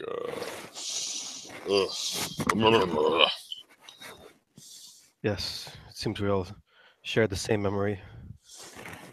I can still feel that man losing his life, slowly bleeding out in that burning town. Oh.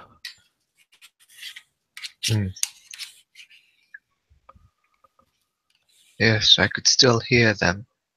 Those wretched things.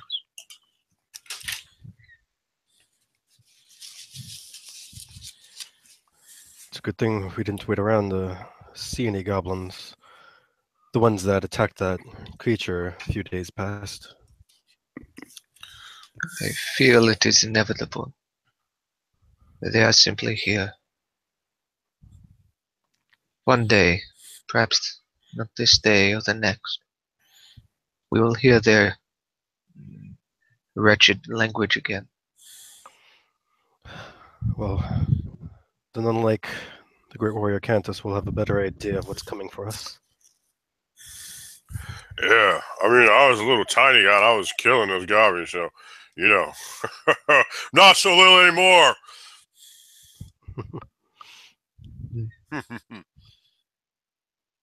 Perhaps it is not only size that is the determining factor in success or failure. You say you were a sprite in this memory. I think so. Yeah. Yes. Yeah. It was like I could see two of you. It's weird. Yes, I remember you were giving me influence from above. Yeah, like you were like me. That's right. Hairy and ugly and naked. Well, what? Ugly? No. Why? Yeah, ugly. Just remain silent as I kind of look at you two for a moment as we're moving. And I kind of look away. I remain fairly quiet here and there, and it's just like, other than the few bioluminescence, and does this spirit, I think you said, glowed with its halo? The halo gives off an illumination, and again, very brief sort of note for Ander, kind of Yes. obviously creepy looking, as Sure. it's as if the sort of the halo is burning, like that blackened skull and face of his. The halo itself is burning the thing to cinder, and it kind of very unpleasant certainly to your sense of smell. So almost a continual smell of like burning skin and flesh, just a charred scent. Ghastly one. Are you like a dream thing? It is our guide. I mean, I understand, but I try to ask questions to it. It only knows the language of my people. Of your people? Well, how convenient is that? Hey, you need to learn Sindarian. I start yelling at Sindarian. I'm just kind of look kind of curious, like, oh, maybe you do. Come down, Zeno. We can trust our friend here to translate properly. I mean, this thing, I don't know. I mean, are we even sure? Hey, can you understand me? I'm yelling in Sindarian at it. It doesn't respond to your yells in Sindarian. Man, that's messed up. I don't think it understands you, Zeno. What do you think it is, just silly? I mean, yeah, a guide, but is it like, I don't know, like one of those things that comes for bad children? Is that like what it is? And it has to do like a special assignment today? I heard stories about stuff that look like this. I mean, not like this, but No, it is, as I had said earlier, this place is a meeting place, an old place for spirits. We are in its home, in a way. Well, why does it look like that? I do not know. I've sensed there to be the essence of opiate here, in everything you see now. Yeah. But I like opiate. But that spirit,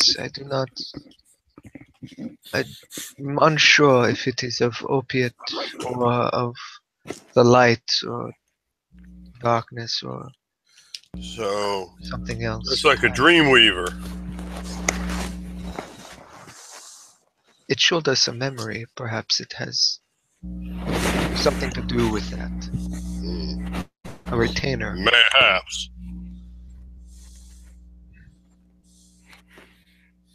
The people of Faramore, I would remember they would speak now and then about the Holdray people, about how they would write on the stone, on the wood, to remember, so you could read later. Perhaps there, in a way, the spirit is like a book, one that retains information, memories. Huh. I never thought about a spirit like that. I don't know. Let's see. I I wonder kind of if look it at it. I is. look wary. Like you could definitely, I'm sure, so you can see that I do have some fear of this thing. You, I'm sure can smell that. I wonder if it is in pain. I don't have any feet. Yes, looks as if they were severed. Its wings are far too stunted, perhaps burnt away or stripped from many of its feathers. Maybe it did something really horrible, and now it's like it is being punished. Do you think spirits would punish one another? I mean, I don't know. I mean, we sure do. Hmm. So Perhaps. yes, I would think so. Perhaps. Either way, it is our guide in this place. I do not know from where we had came from. Well, I hope you're right, and I hope it's not, just trying to drive us insane or lead us perhaps into some quicksand or, over a cliff in the darkness. It I seems will clear be sure that to let this you is know if there is a exactly cliff. what Maddox wanted us to see. I I don't see why appreciate some that. Maddox would have us see this only to die. Yes, it knew our name. Yeah. I understand what you're saying, but, I mean, what if it's just here to kill us? We got to keep these kind of things in mind. That keeps you from getting killed. I just look at you and I make like that slight noise, but I don't discuss further on that. And I sort of fall into invisible sort of thought. My brows furrow slightly as we continue following the And as you guide.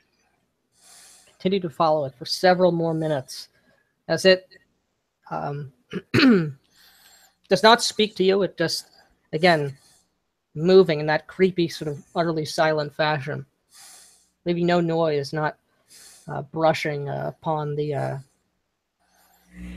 floor of this great place, until you find yourself in a kind of smaller kind of cavern outside of this rift and this cleft within the stone, of which there are many different, almost like erosion, or perhaps something man-made, but eroded over a great amount of time. Many different ways of crossing and moving about the sides, like paths or switchbacks, in various fashion. Great roots, vines extending across the chasm in various locales, offering the opportunity to cross in certain places if you know where to go. You find yourself in this smaller cavern, upon which you see two old, the bones of some old two creatures, great beasts, perhaps look like Optalang Optalang skulls, but broader and larger, and sort of ending at a kind of sort of swept back, almost like horn or protrusion upon the skull. Something you're not familiar with. If anyone has outdoorsman or outdoorsman can attempt to identify what this thing is.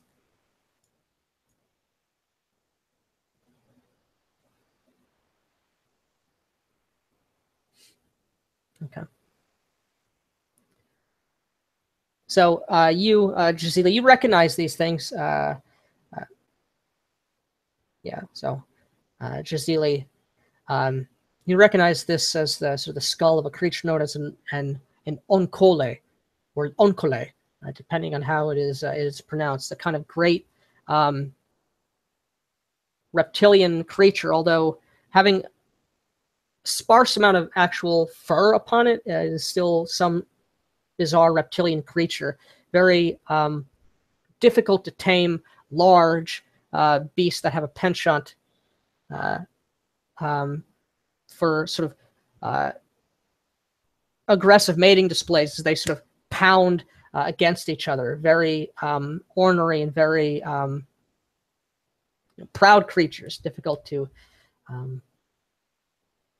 break.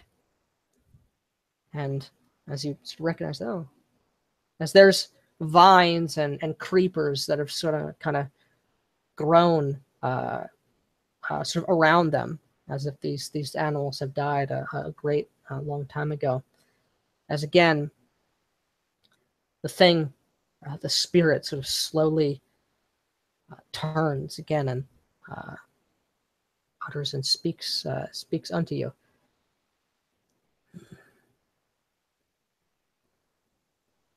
Brothers, Tybalt and Donal, proud warriors, generals, protectors of the mountain realms, the human lands, the place that is known in modern times as Gojjar. Both loved their people, their charges deeply, had wildly different ideas of how their people might be saved, neither willing to back down, to compromise, to see reason, to come together as brothers, as protectors. Their realms would surely have been lost were it not for the silver tongue and the gentle heart of three, of the wood deep within, spoke reason, spoke gentleness, forced each to see reason, and thereby many lives were saved. To the humans and to the people beyond the wood, Sir Tybalt and his brother, Sir Donal, are counted as heroes, brave, warriors, fearless. But the weakness of their pride, of the danger that nearly cost them and their people their lives, is left to the mists of time. To them, but not to the woods. And with that, sort of see the vines begin to sort of move and to writhe. They begin to flower, almost as if in fast forward, as the flowers sort of begin to unfurl and release these spores into the air. And once again, sort of as before you can, as if this is happening too fast for you to react, the air is sort of suffused with these floral discharge. And once again, the scene shimmers and fades. You find yourself in a different place and in a different time. As you stand, each of you, then a large pavilion tent on a wind-swept bluff overlooking lands far to the north. Perhaps even in this dream, perhaps you, Cole, recognize some part of you, this land, having perhaps spent some time here in your wanderings and in your attempts to find peace and a home. It does resemble the eastern lands and the foothills of the mountains near the Ivory Peak. But as you walk into the pavilion tent, there are courtiers or the attendants of two really different lords, one red, one green, and over a map, a great table, you see and hear the sounds of visceral arguing over what it is to be done. As many places have been overcome, overrun with the goblin horde. And it falls now to this realm to decide what to do. I turn it over to you.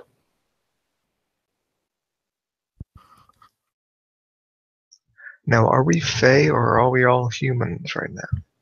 You Or are mixed? Fae. Okay. You're all Fae. And I had people in mind, but if I'm willing to let you decide what you look like, if you would like to. You're good enough players that can. Now, looking at the map, are there notes like where there have been sightings of the horde? Yes. In fact, you can give me an academics roll. Okay. And indeed, anyone can do that, reading this map.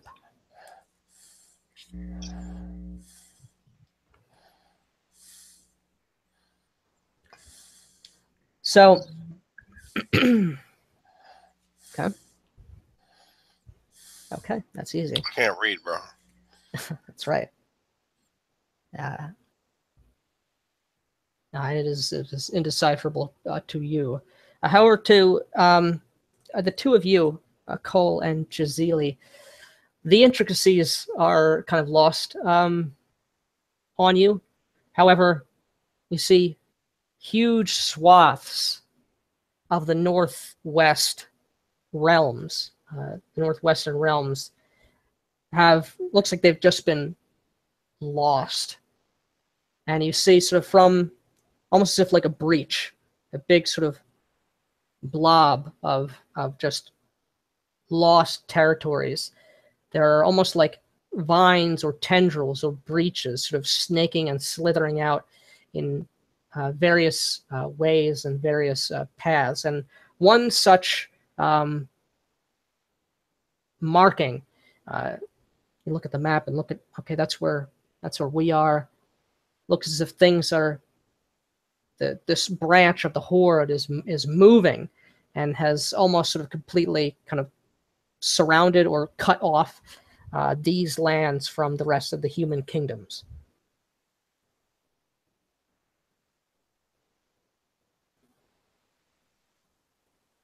So there standing, a man decorated in sort of colored leaves amongst his goat ram-like horns, his skin, his face sort of painted, his fur and hair on his body, and of his bare chest sort of painted here and there, and obvious sort of symbols meaning some authoritative position. It would seem there's no good decision to be made here. Or perhaps, what do you think? I turn to George's character. And there you see a not quite as well dressed up Stater. And his horns are slightly stunted almost, for some reason just shorter than you would ever expect seeing from a satyr. Yes. It's hard to tell what might be a correct line of action. This blight has extended so far.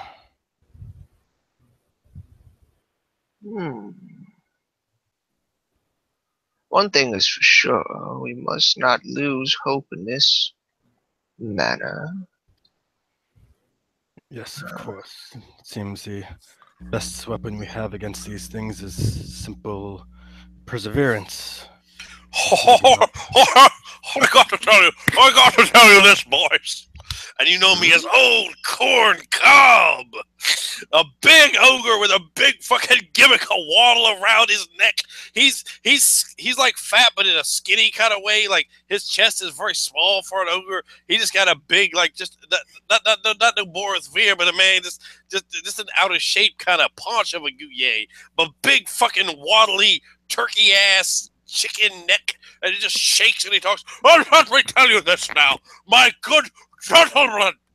We can't even eat the goblins. They got no good value at all. And put them in the stew pot. They stink, they smell bad, they ruin everything around them. So, wait a minute. We're ahead of myself there.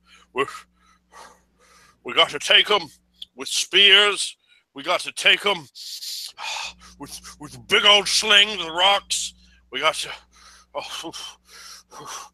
to do what's got to be done and crush them skulls the easy way, the only way, the way we got to get it right now. But hey, listen to me. Let's keep an eye on them there humans. They're gonna have good stuff to get when all the shaking is shook loose. You're all right. They do smell quite horrendous, but You're not right, I'm right. we have heard of this. We have done this before. You can't simply stand before this blight and expect to live. Not in a field or hills, at least. Not even in some woods, you would see. You list very good ways of killing them individually, but what we need is a strategy against their vast numbers. It seems here we can see where they're coming from, beyond these mountains. If we could at least cut that off and limit the numbers who may continue entering. Yeah. Slowly dwindle down those that remain.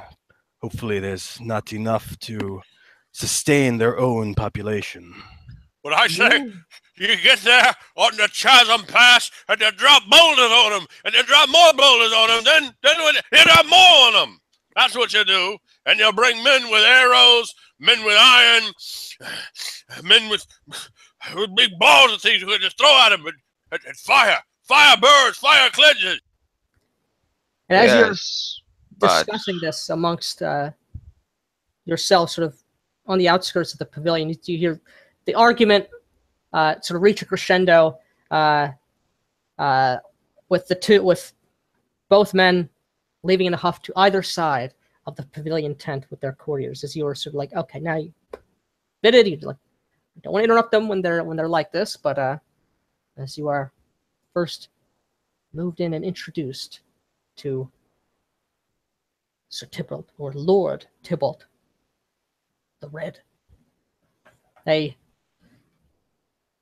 middling man of short, almost buzz-cut hair and weathered eyes, scar or two, a man who has seen action in his time,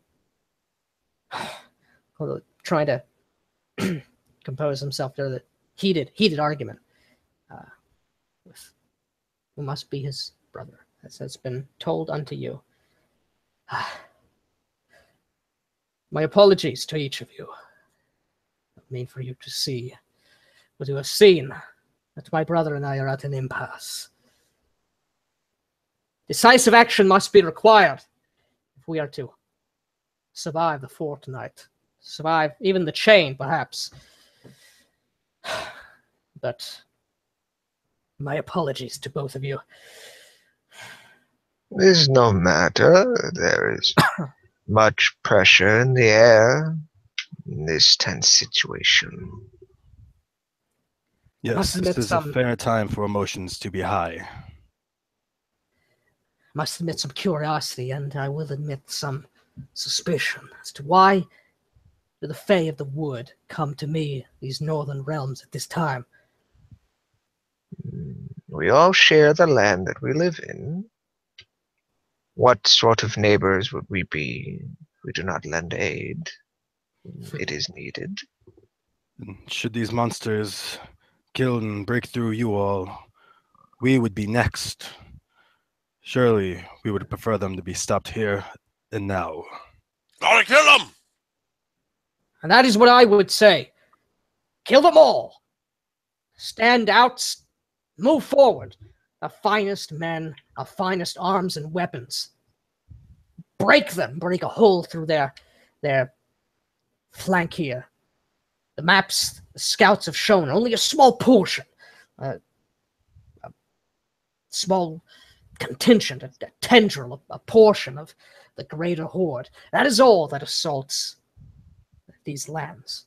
If My we move lord, Hmm? have you been to the eastern coast? Have you seen the great beaches that rest there? Or the waves crash upon them? No, I have not. Diplomatic ties to King Hain and his lands have been strained since the loss of the Concordant. Well, Why do you ask? when one stands waist deep within the waters, and a rising wave slowly approaches, the man's legs are strong, and he holds firm, and when the wave crashes onto him, he breaks the wave, but still, behind him the wave continues. Only the size of one man is cut from it. What I mean to say is that if we were to bring a fight to them, their numbers still must be recognized. While one pass may be blocked, there may be dozens of others of which the wave may continue through.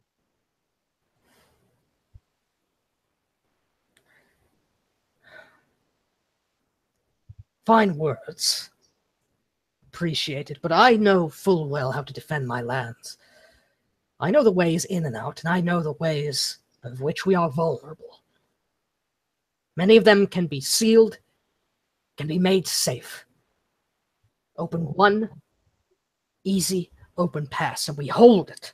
Not only do we hold it, and then we move from it.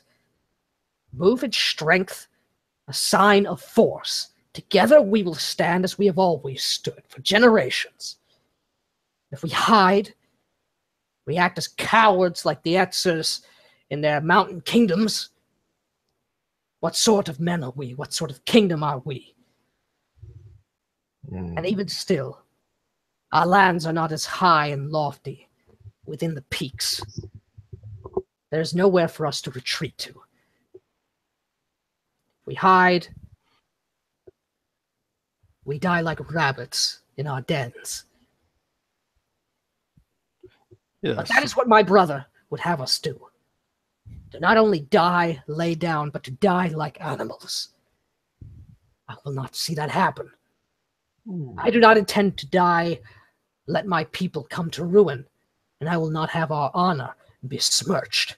I will not have the history books and the sages and the bards speaking of Lord Tybalt and his people, of his line, as cowards, a candle that was snuffed out. No, no. While your ferocity is made very clear to us, my lord, if you would please allow me to bring up what we had entered into this tent from. You and your brother had shared quite a volume with one another. Would it not be needed for your people to remain as close to one another as you can? Perhaps there is a compromise. Well, of course.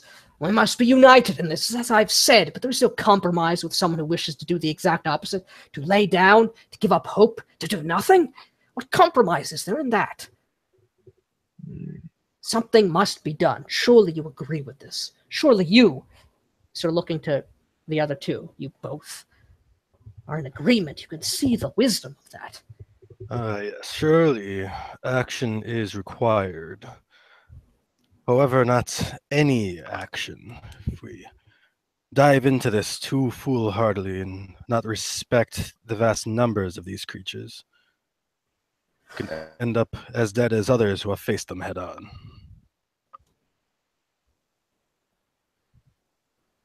My lord, let us be the between the bridge for you and your brother at this time, if you wish. And if you allow, I would wish to speak with your brother upon this matter and deliver whatever words you deem appropriate for his ears in this moment of this trying time. Stubborn fool. He's always been that way. Problem is, he hasn't lived like a man. He hasn't been out in the world, out in the grit and the dirt, keeping to his books and to his studies and his academics. There's no way to lead at all.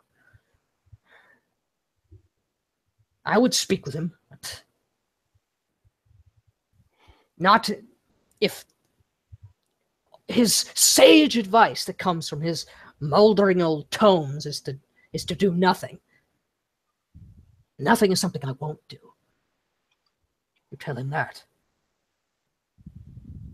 Just nod. And perhaps once he's found his manhood, his courage, perhaps there's something for us to talk about. But in the meantime, I have a kingdom to defend. So it goes Well, up. it seems the two of you communicating directly would only lead to more emotions and resolving nothing. Perhaps us three could mediate any discussions. Yes. Make sure Let that us- real communication occurs. Yes, let us go now to your brother and share the words that you have given unto us.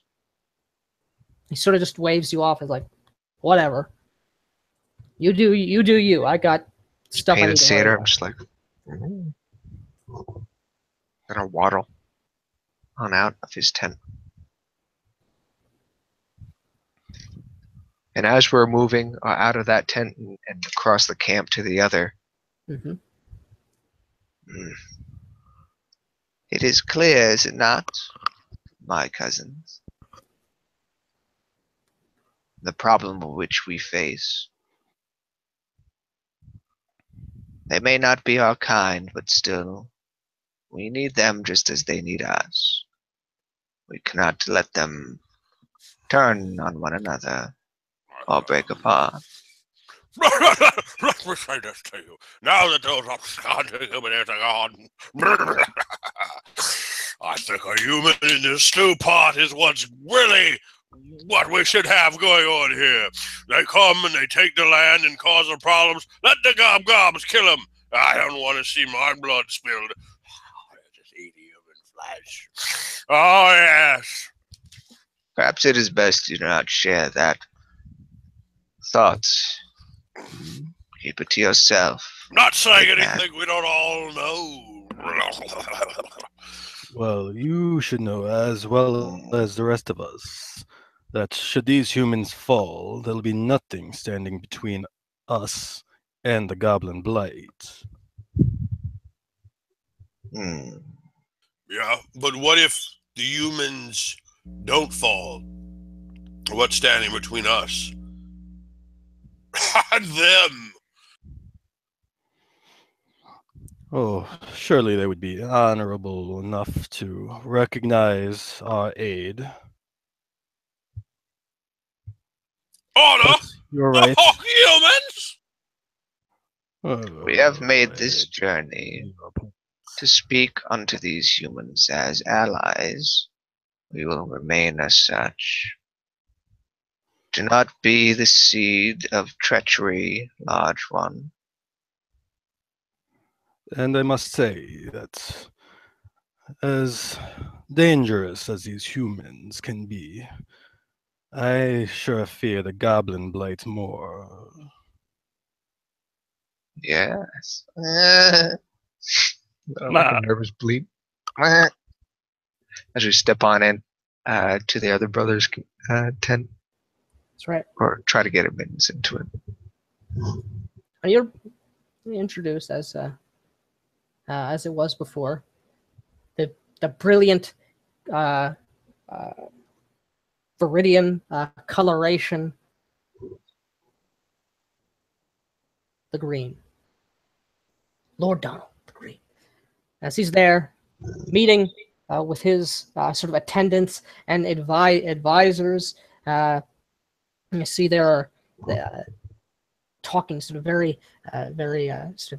intently. And you see a lot of books about of tactics and of battle plans and of histories and of things that have happened before, battles that have been won.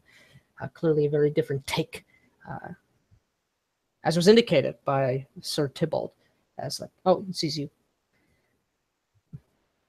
coming into his tent. Oh, okay. Walk on in there. That's right. I apologize for what you had to see.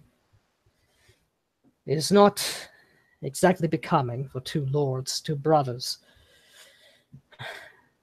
Even more so to be at each other's throats in the way we have been, but tensions are high for all of us, and for obvious reasons I'm sure you can understand. Yes. I admit I was surprised to hear there were folk, diplomats, if you will, from the wood, come to aid us in this time, but I certainly welcome any advice or assistance.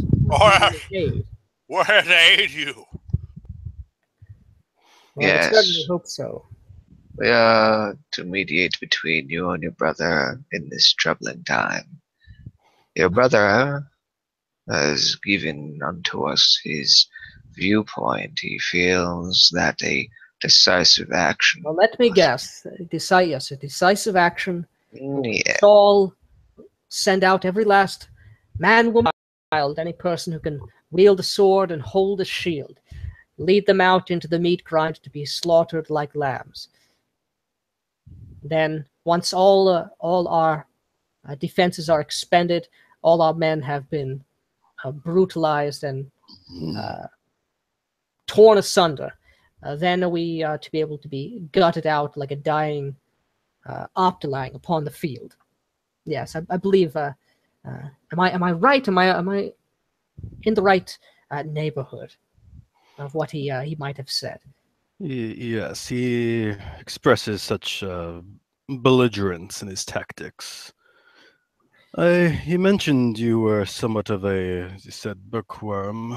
I do hope these tomes here have relevance to our current predicament. Are you perhaps looking through the histories for a strategy? Of course.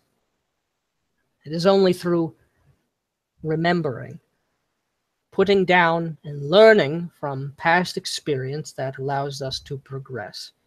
Ah, very good. Well, We must respect the memories of the past. quite right. Good to see a man of some sensibilities to his mind. Someone not a simple brute who just wants to bash things until they stop moving. With that, he kind of like eyes the ogre a little bit, a little prejudiced, and turns away. We had seen the mappings, my lord. There are some avenues of which these goblins, as I've heard they to be called, will come. They will be here no matter the decision that is made on this day, this time. Whether you and your brother are ready, that is what we can change, hopefully, for the better. If you do not think it is clear that you do not think it to be wise to send, as you say, every man, woman, and child out into the hills, mountains, and blue-tipped sands and rocky badlands to fight these goblins, what would you rather do? Well, and he sort of like moves on over to his table of Follow him. command. We have the fortunate blessing of being in a well-defensible area. Unfortunately, the farms and the fields will have to be abandoned, but there's plenty of time to gather food, to gather what resources are required. Pull back, defend ourselves from a place of safety. Let this goblin horde crash upon our walls and crash upon the ravines and the natural choking points. And there, our numbers will be diminished, and we can pick them off far more easily, far more safely. Now, I see. What do you know of these invaders? frightfully little, I am afraid. They have never seriously bothered these lands. I have never heard of, in any of these books, of any tales or stories or recountings of any goblins of the Blue Desert ever breaching the Blue Tip Mountains. I fear that you underestimate these creatures' ability to continually breed and grow in number. Should you retreat back as they siege your lands, as defensible as your walls may be, their numbers will not simply dwindle, it will only grow larger and larger. Even if they But fail to go through your walls or over them or under them, even if they never touch you at all, you will eventually starve out. these people, the goblins, do they farm? Do they know? Once the game is gone, where will they go? But perhaps further into the lands here. What if, my lord, we are to have two halves of these plans, the better halves of which we may act upon? Your brother wishes the best of your warriors to lead an expedition to meet these goblins. You, my lord, wish to remain and let them come to you, where you have the advantage. Yes. What if your brother, as he is inclined to believe, sends the best of his troops, best that he can offer, into a band?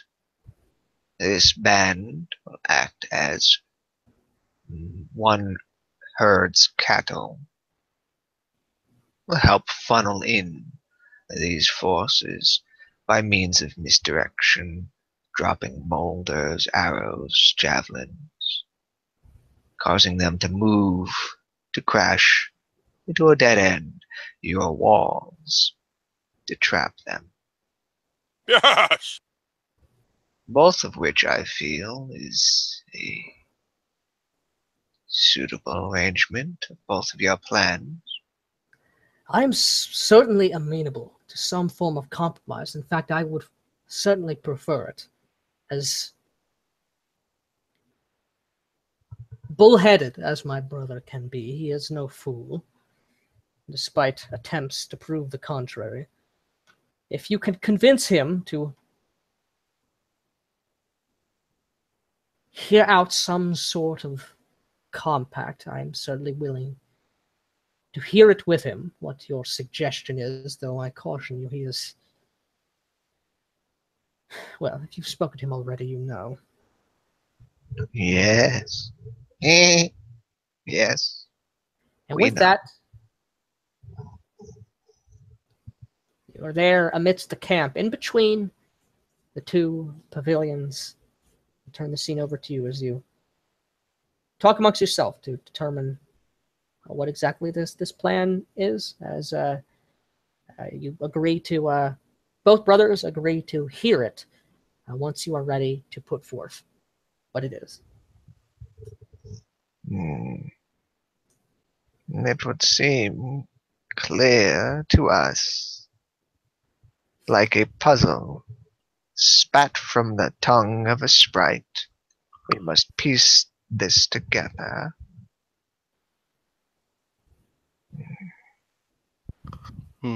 Besides what I had said earlier in the tent, is there any further things either of you wish to bring up with the two lords? Our main concern seems to simply be the compromise. Any level of disagreement would only serve to make their position weaker. But these, Lord Tybalt going forward and attempting to stop their numbers from reaching here so greatly, throwing those boulders, as Corncob suggested, and perhaps starting the makings of a wall of sorts, would lower their numbers enough so that Sir Donald surely would be able to simply pick them off slowly, as he says. I feel it is more an act of pride that is the true enemy between the two. One and the other having their share each. One believes it is right for him and his kin to go out and earn their keep in a way, to kill, even if it risks their own lives. While the other wishes to save all that he can without risk. Oh, it seems that the common interest of these two, as seem to be most of all humans, is family. They grow their families large and keep them close. But unlike us, if we can frame their goals strictly in terms of protecting the weakest among them, perhaps they would be more willing to compromise. They would not see any compromise as a loss of face. Yes. We need to be very careful here. Look how they turn and spar off against each other, even in the face of such calamity.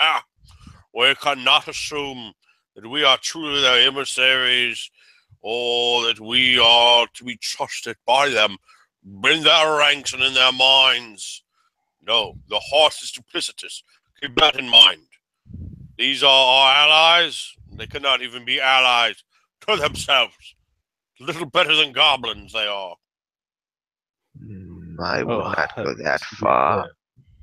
They are brothers, and by the potency of their emotions, you can sense still there is love. We just need to make them see it.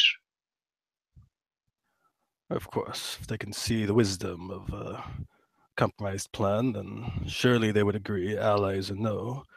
And Corncob, should it be easier for you to think of this situation perhaps as these humans being not allies, but tools to prevent this goblin blight from ever reaching our lands?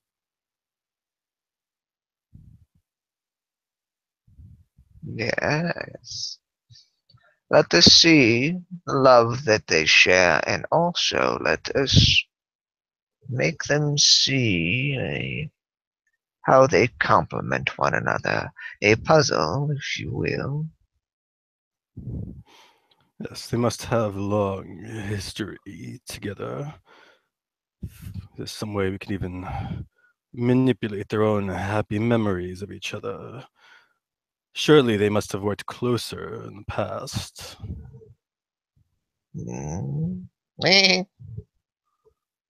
Yes.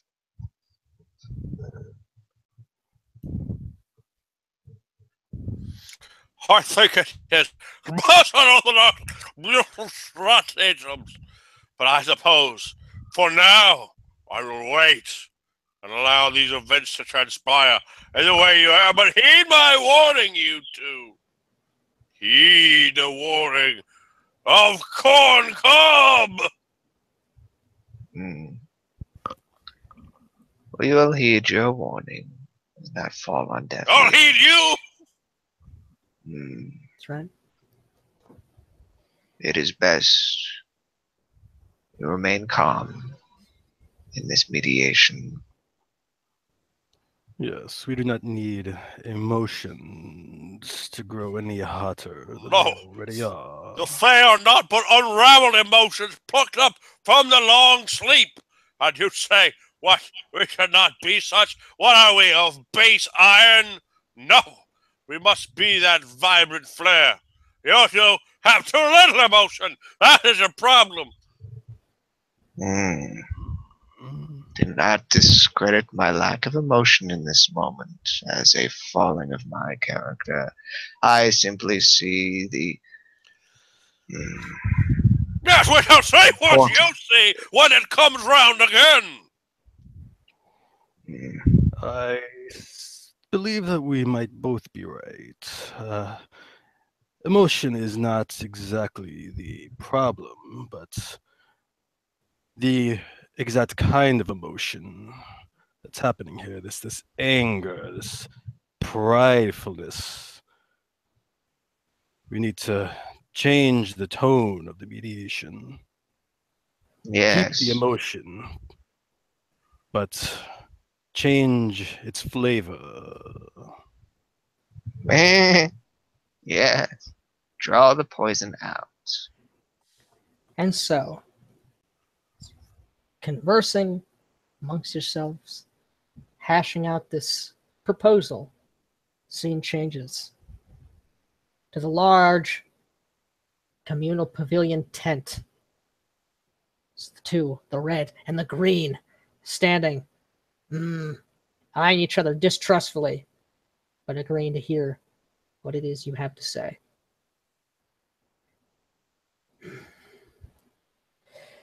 All right then, what is it? What is it you have? Thank you, gentlemen, for attending this gathering. Yes. What is it that you would have us listen to, my brother and I? What thought have you that will get this one to see reason? To understand, both of you understand what the Goblins are about. The Goblins are about putting their claws, their new claws, deep in both of you and cutting them guts up, stringing them guts up, and getting inside you and playing with your liver and your stomach and your lungs and eating every bit up and giving them to their foul, loathsome goblin kindlings. That's what's going to happen to the both of you. And if you don't work together, we're going to stand back and let the goblins be funneled at you. And if you can't work together, you'll both die alone. And they'll come for you, and then for you. But if you two can put aside the impetus of youth, that is the curse of the Clayman. We old ones, we fairies, who gusher with emotion, will lend you aid. I'll speak now, for I spoke for too long. And you'll listen to me, or I'll put you in the stew pot. Now, pay some mind to me, boys, before you end up with goblins crawling around in your little bits, because they're coming for you, and for you, tonight, or some night soon like that. But fight and squabble amongst yourselves. But if you're not such stupid sons of bitches, well, you'll do words. For I'm Old Corn Cob. I'm the mountain's misty new voice. And I'll talk about them rocks are coming down, them big balls of iron, that fire that'll burn the gob's skin, it'll burn it clear off. And I've seen goblins before, and I've seen what they do, and I don't know what they'll do to you when goblins are crawling on your flesh. Think about that. Think about how you, your children, those you love, those you care for, how they'll be wounded and ripped apart. And you, Yeah, what will you do when your own brother, is being gnawed on? Your own brother is not but bone, and they crack the bone for the sweet bone juice. Now, you don't know about bone juice, but I'm an ogre, and I know a lot about bone juice, because I got a lot of corn, and I see the way you do it, and that bone juice go down so sweet in the gobbies. They know all about that bone juice, and you're going to be gnawed bones, and then they're going to come for you. You want? Well, let us pull back. We'll watch you both die, and we'll make our own plan how to survive. But if you and you were to fight alongside the fairies, well, you'll think that image strong and hard in your mind of those claws, those dirty, shit-filled claws digging into your stomach. There, just think about it. Like a hard itch right on the navel. That's what they're going to do when they split you apart. Yes, and you think about your brother, and you think about your brother being cut into. So both of you, shut up! For the fight of your lives! And you're going to fight with old King Corn! And that's what's going to happen now! We're going to get the cob, we're going to get the rocks, we're going to get the iron, and we're going to beat Goblin ass! Who's with me? You give me an intimidate roll. Nah.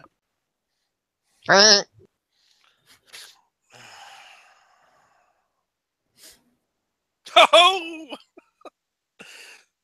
All right.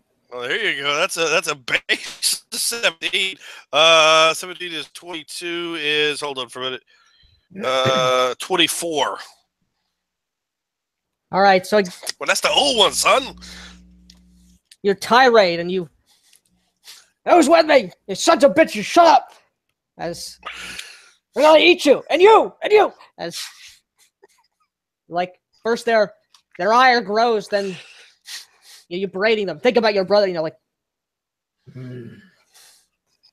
say cowed by what you said. The booming ogre mountain man, old King Cobb, from who knows where. Nobody knows, not even him. From everywhere, baby. That's right.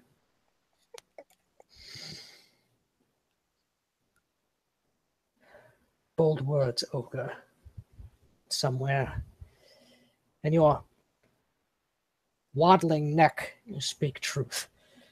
Although I am to admit it.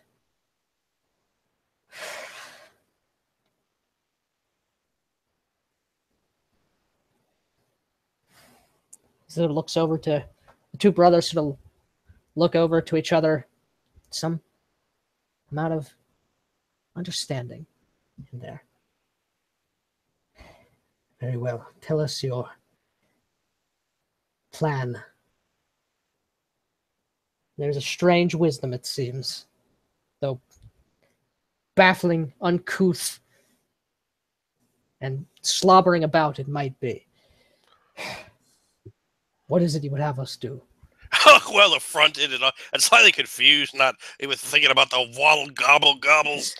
That's right. I take strange thought to your meaning, but we'll dig trenches, we'll put iron spikes in them, we'll make traps. There, the mountain range, we'll have boulder pushers. You know about boulder pushers? No, you know, because that's how ogres fight. We'll get big slings, we'll get big rocks, we'll get big iron, we'll get fire with those long needled arrows, yeah, quivers of burning arrows, death from the arrows, and we'll have archers there in the field. We'll have Optalang men with long, pointy things, and the lances.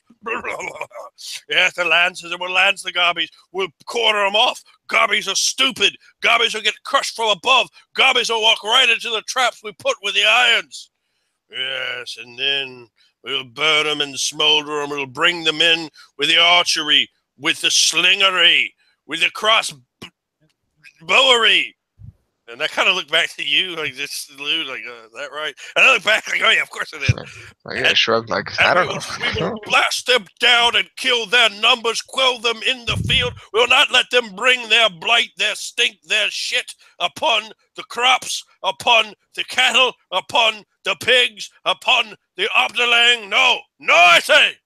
They will not be desiccated by their very presence, for goblins are loathsome, filthy, despicable vermin. We shall kill them where they stand.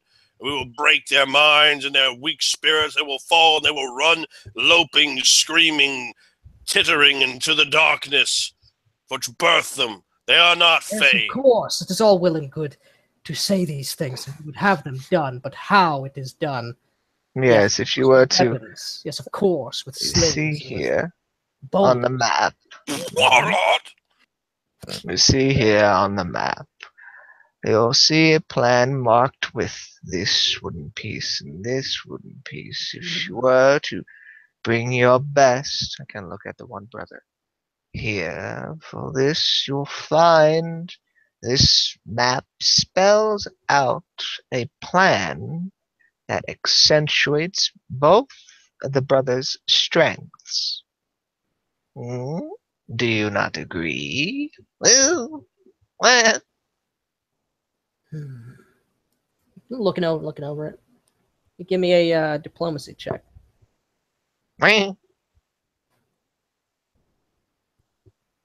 I'll bleep whatever I want, or I don't care. Right. So, 20.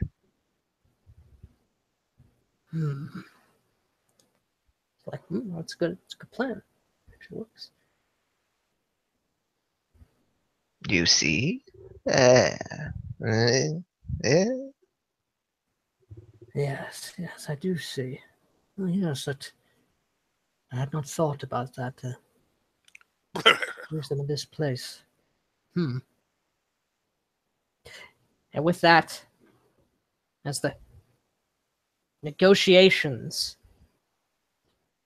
continue a bit longer, as the planning, as the preparation, as the scene unfolds in a montage fashion, as indeed the goblins do show, great hordes of them by the thousands, and coming in waves upon waves upon waves, vastly, vastly outnumbering, and again, consuming and multiplying in an astonishing rate. Seems an almost unwinnable situation, and yet the combined might, the two brothers, the plan, the tactics of both bravery and sound mind. The day is not won with a resounding victory, but the lands do hold out, and the people do not are not devoured, eradicated. Indeed, as you see sort of time passing, indeed, the line of the two brothers and the kingdom that they once held is still in existence today. No longer divided as two brothers, but united. One Lord, descendant, ruling both. A sign of the unity that came to pass. And as before, that scene fades, watering away. Find yourself elsewhere in this cavern, and no longer do you see the rays of light of the moon and of the bioluminescence above. No longer do you see the wide and tall walls of the rift, but you are deep, clearly beneath the loam, beneath the roots of the wood. And you do not see the light of the heavens above, be it the sun or be it the moons. Instead, only the illuminating glow of that dismal-looking circlet, that halo hovering and burning the spiritual flesh of the strange guide, hovers about in this chamber of utter darkness.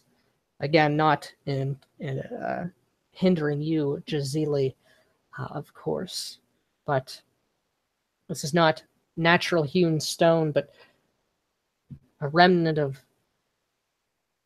some building, some structure or piece of structure swallowed up by the earth, still remaining here in this place, of an architecture you have not seen before. Partially, it's the ruined nature of it that makes it difficult, but also it is certainly alien in its design to your sensibilities, at the very least. So I turn the scene over to you as, just as before, you awake in a similar way, but in a very different place.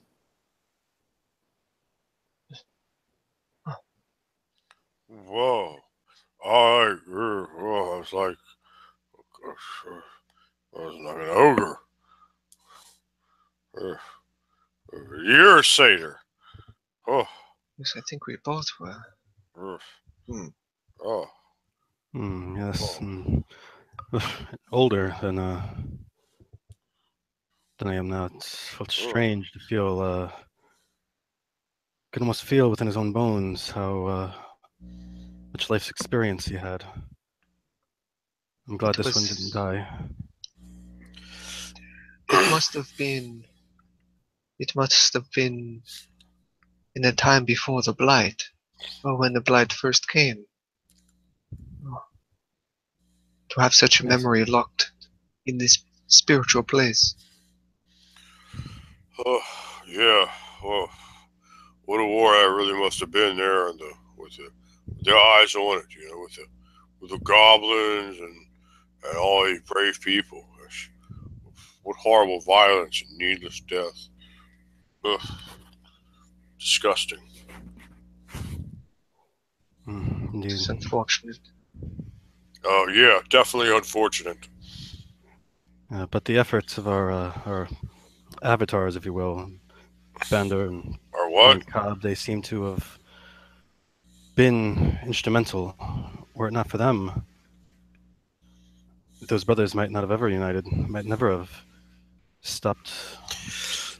Not of them, but of the Fae of the Woods that came to meet the brothers and help them.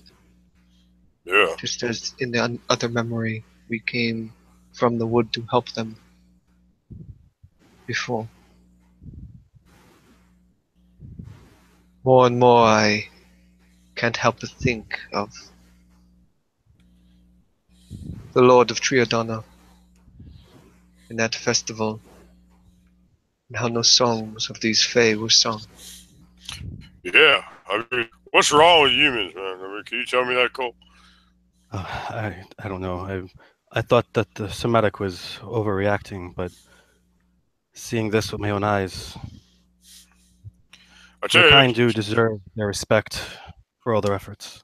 My father's an ogre, he was talking about Mool, about gratitude and being grateful for, what you have. Even though we didn't have much, like, we can be grateful for that. That's what I'm trying to say. These humans were definitely not grateful, and that's why they got their duck took. Yeah, I don't even know we should take the duck back to them. They seemed grateful at the time, but it seems their memories are just short. They didn't bother telling the stories or even erecting monuments, as they sure should have. I feel like I know like a lot more now. I want to know statues of this Bender or this Cord and Cobb. There were no statues about none of these guys. It's just, I sure wish I had the skill to erect such a thing. Won't no tales, won't no songs, won't none of it. Just hey, let's just throw you in the ditch. Forget about you. We took this land and that's it and that's all. What do you think about that, Giselle? I still am not convinced one way or another. Simply understanding both sides. Tell me, Zuno, do you remember what you were doing 4 chains ago? Oh, I'm not really good at counting, man. I don't know. Well. How about the chain ago? A chain ago? What's it? A chain? A chain ago, we would have been back in the for about the time we came into that town for the festival, right? Yeah, I remember I was supervising Cole, making sure he didn't slack off and did his work, and I was supervising the ugly guy. I was ugly Pete. Yeah, he had to be supervised. So you remember 2, 3, 4 people at most. Do you remember the faces of all the men that you supervised? Oh, absolutely. Tell me. Tell you what. I mean, they were What they look humans. like. They look like, people made out of clay. They You look like, see, I got you. you see that understanding of how maybe that is the viewpoint of the human. They forget. They did not write down the songs or the names or the depictions of the Fae that helped them. Do you not see? Maybe you could tell, them like the humans paid you to be there, right? To sing songs. Yes, but I never knew of these things. It's still a fairy singing songs. They're getting paid by humans. I mean, I guess that's something. Well, I was in a town of humans. If I was in a town of Fae, then I would sing songs of Fae. Well, yeah. You adapt to where you are. Oh, I like Anyway. music. I like to dance. I Yes, understand your that's point, clear. Gisili, and it's a good one indeed. However, even a generic statue to the Fae of the Wood would have sufficed, or if not sufficed, Yes. at least been an effort. My kind seem to have not Perhaps. put any efforts. Yes, perhaps the lord of that land is at fault, more at fault in this situation. Perhaps these brothers, red and the green, didn't want to admit so readily to needing your help, needing our help, as I suppose in the dream it was. But what if these dreams, these memories, what if they are an illusion? A tapestry woven to promote a certain agenda or thought.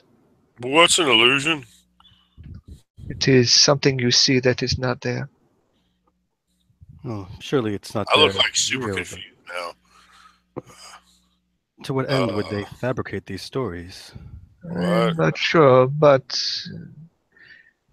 do you see how these memories are making us think that Sir Maddox is in more and more the correct viewpoint? It is only a confirmation of both sides, a balance. You think he's trying to trick us? No, I could see him perhaps exaggerating certain features of his story, but this being before us, the spirit, I don't see sensed why it. it would aid him in this deception. I sensed it myself. Sir Maddox does possess zeal in his soul. He does possess the power to call upon the spirits, the power of which is beyond mine. You mean Who's to he can say? talk to the spirit like you can? Is that what you're saying, Gisili? Yes. You can Perhaps he even had make told him do our it. guide our names before our arrival. And perhaps he told our guide to show us certain things in a certain way.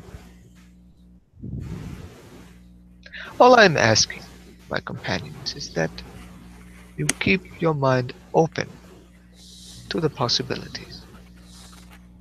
Yeah, I sure. don't have much education. I only learned barely enough to get by. But perhaps we can corroborate these stories with the history books, should we find ourselves back in civilization. Yes. Yes, of course. History books.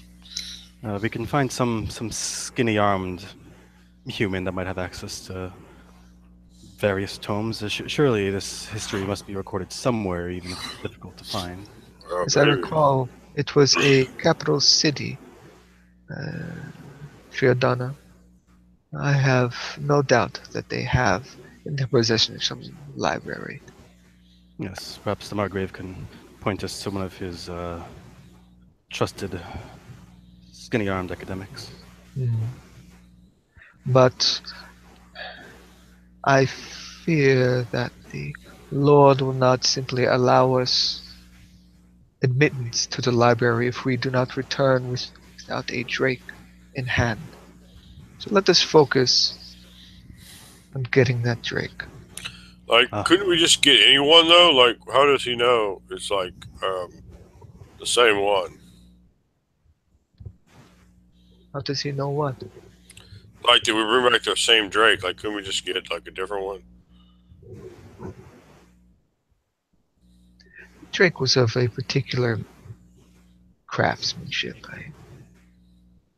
and I believe when Sir Maddox took it, the Lord was there watching. No, it's just a thought. No, I don't think deception would be worth the risks.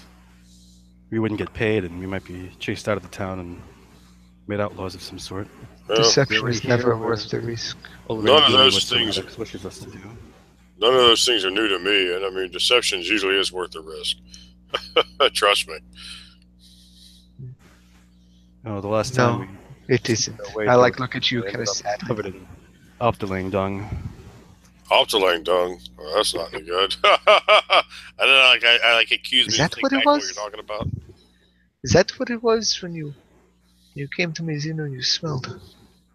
Oh, I didn't want to bring it up. Not me, man. It was him. He was the Optelang dung picker. Don't try to put it on me. Oh, we both suffered the consequences of that deception. I was in the spring right away. After I come off that, you see me come off that cart with the elbow drop right on top of Ugly Pete. Yeah, he learned. Why were you dropping elbows upon? Why wouldn't you drop elbows? Well, It's we were being unneeded attacked. violence. It was a matter of self-defense, usually. Exactly, unmitigated violence. Perhaps in We were deceived. We were attacked. you were It was attacked. well deserved. Oh, That was the very reason I did not make it to the concerts. Well, it is good to see that both of you are together and healthy. Oh yeah, I mean you too, Giselle. I mean, looks like you probably use some more sun, but other than that, you know. And with that, as you continue through this eerie hall, difficult to determine. Even you, Jazili, who can see.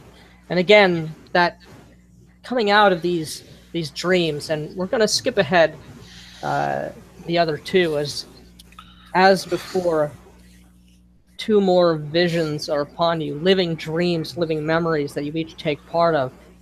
And each one coming out of, it's strange. It's as if, if you've ever had a dream that, felt so real to you. You felt literally that you were there. Like you've ever had a dream where you were angry or you were sad or you were happy about something that's totally unrealistic, totally outside your experience or what has happened in your waking life, and yet you feel it. So too, do you feel these emotions, the sad, victorious, the hopeful, the despairing, as you encounter a memory, mournful, sad of sacrifice and of loss, of the loss of a Maenad's tree, as you attendance of the wood and attendance to her grove. You look upon her weeping form, so beautiful, so painfully perfect. To see her in pain, it breaks your heart, almost literally, in this dream vision, as a sacrifice, as something that was given up in helping others. Portions of the wood were left undefended. And as you look at the scorched, blackened stump of the nymph's tree. You feel her loss as if it is your own. And then another, there you are standing with an army gathered of people, men of renown, individuals that those of you with any historical bent might recall or even know the names, perhaps Jazili, perhaps even Cole, knowing the names of Harvest Master, Thangot, the great matriarch of the Hibben tribes, the kings, Deliria, the firstborn of an innumerable number of tribes, the founder Ipaba, standing together, driving out the final, the first real sort of turning point, turning the mass of the goblin horde, pushing them back through the wood, through the mountains, back into the wasteland from whence they came. And the real turning of the tide, and you feel that hope, and you feel that camaraderie. And you were there, some of you. Not in the numerous numbers, not in great, huge armies of vast, sprawling numbers, but you, the Fae of the Wood, were there. But how easy it is to be lost, perhaps amidst those heady emotions and those huge, vast numbers. But you ponder on these things as again and again you waken in a different place. And the further you go, you feel a Jazili presence, that potency of the dream. And you feel something else, something familiar and yet alien unto you. Your theological bent and your own mystic abilities. It's perhaps strange to you to feel both uneasy or unfamiliar, and yet so familiar at the same time. You feel the presence of the nightmare closer and closer, sort of upon, and even the rest of you. Certainly, Zeno, being a Fae, you can perhaps not sense those energies so much, but the sense of fear heightened upon you as perhaps your fur standing up upon you, hairs upon your neck tingling and shivering down your spine, as it is very uneasy to be in this darkness. And even you, Cole, feel something perhaps stir within you,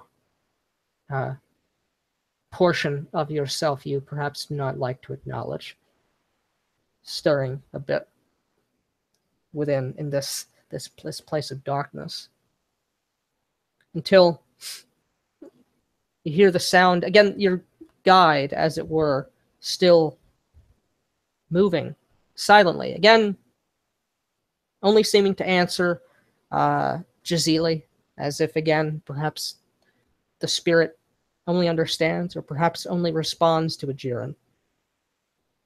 You hear the sound of dripping of water, and as you move into this chamber, it looks almost like a half-buried, or I say half-buried, obviously it's completely buried. You are far beneath the surface at this point. As if perhaps the center of some park or some what perhaps once would have been an outdoor area, sort of the broken remnants of a fountain lying broken, eroded with the passage of time and the depredations of moisture upon it, mold and lichen growing upon its innumerable intricate carvings and curvatures, vines and moss hanging down like boughs from a tree in this place, and there a crack sort of running through the walls, the very flesh of Dahul, sort of seeping through a stain of wetness, of moisture, and they're pooling in a kind of what has become a basin with the erosion of time, a kind of pool, as you see a single stalagmite reflecting in the pale illumination of the fungi, as now indeed there is some light here beyond that of the halo of this spirit, but it reflects almost like as if like oil were sort of smeared upon the surface of the stone, that scintillating rainbow pattern upon it. And so too does that of the water, though it does not look, tainted or impure. It resembles actual water, but with that extra quality of its coloration, as there you stand.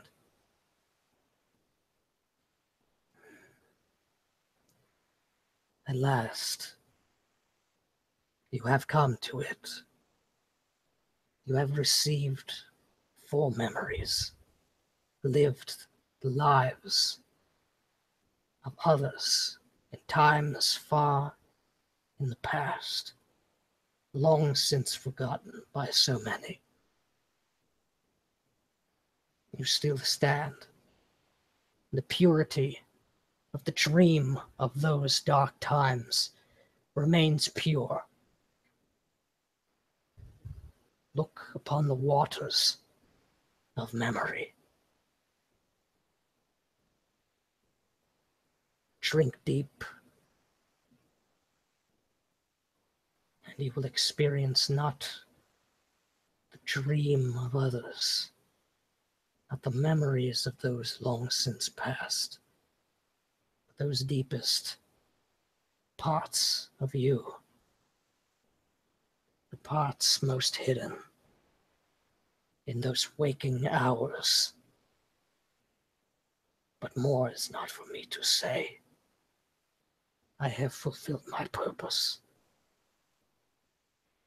I return to my rest. There is another. This is his domain.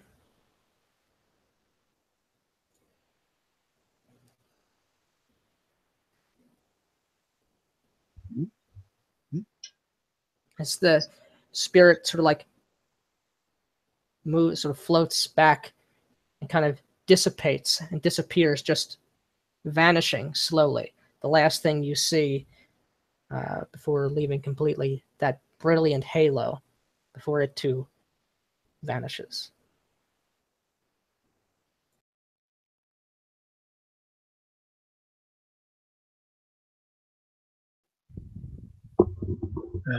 Let us draw close to the waters, but not drink from them yet. It would seem we are being headed off to another one who dwells here. I don't see another. What the spirit said, though, of these waters, I don't want to experience my own memories.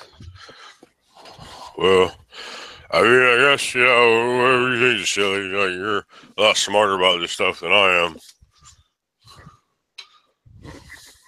You fear your own memories? Cool. There are some things best left in the past. Ideally forgotten, even though I remember all too much. If only I could keep secrets for myself. I gotta look at you. It's kind of dark, Cole. Yeah, but So are those memories.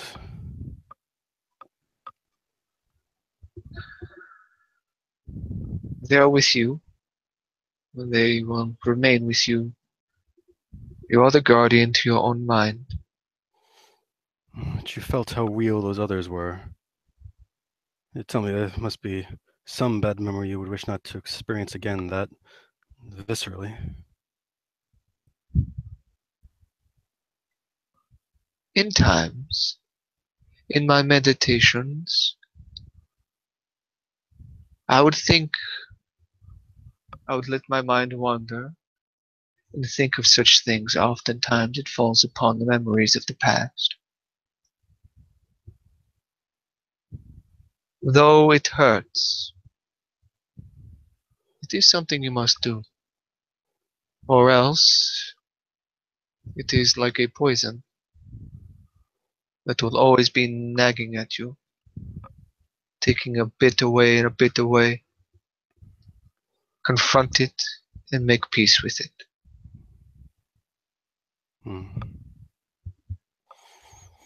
Well, if peace could be made, I suppose that would be best.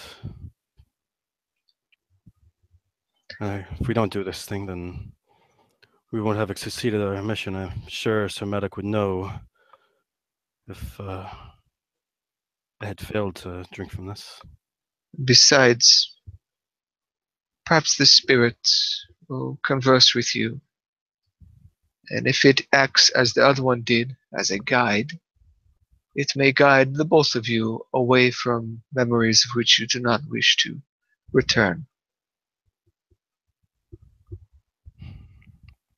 Then take a moment, and I, kind of close by the eroded bowl in the stone, I take a moment and I should look past the two, and I kind of look around. I survey the room a bit with my eyes, and for a moment, my eyes shift.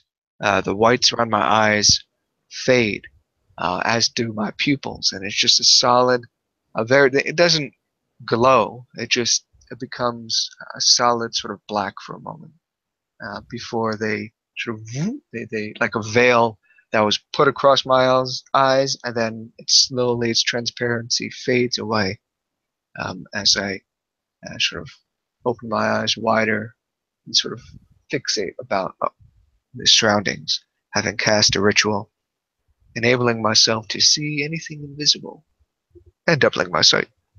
That's right. As I kind of look around. And you can give me a theology roll as well. Okay. At 15.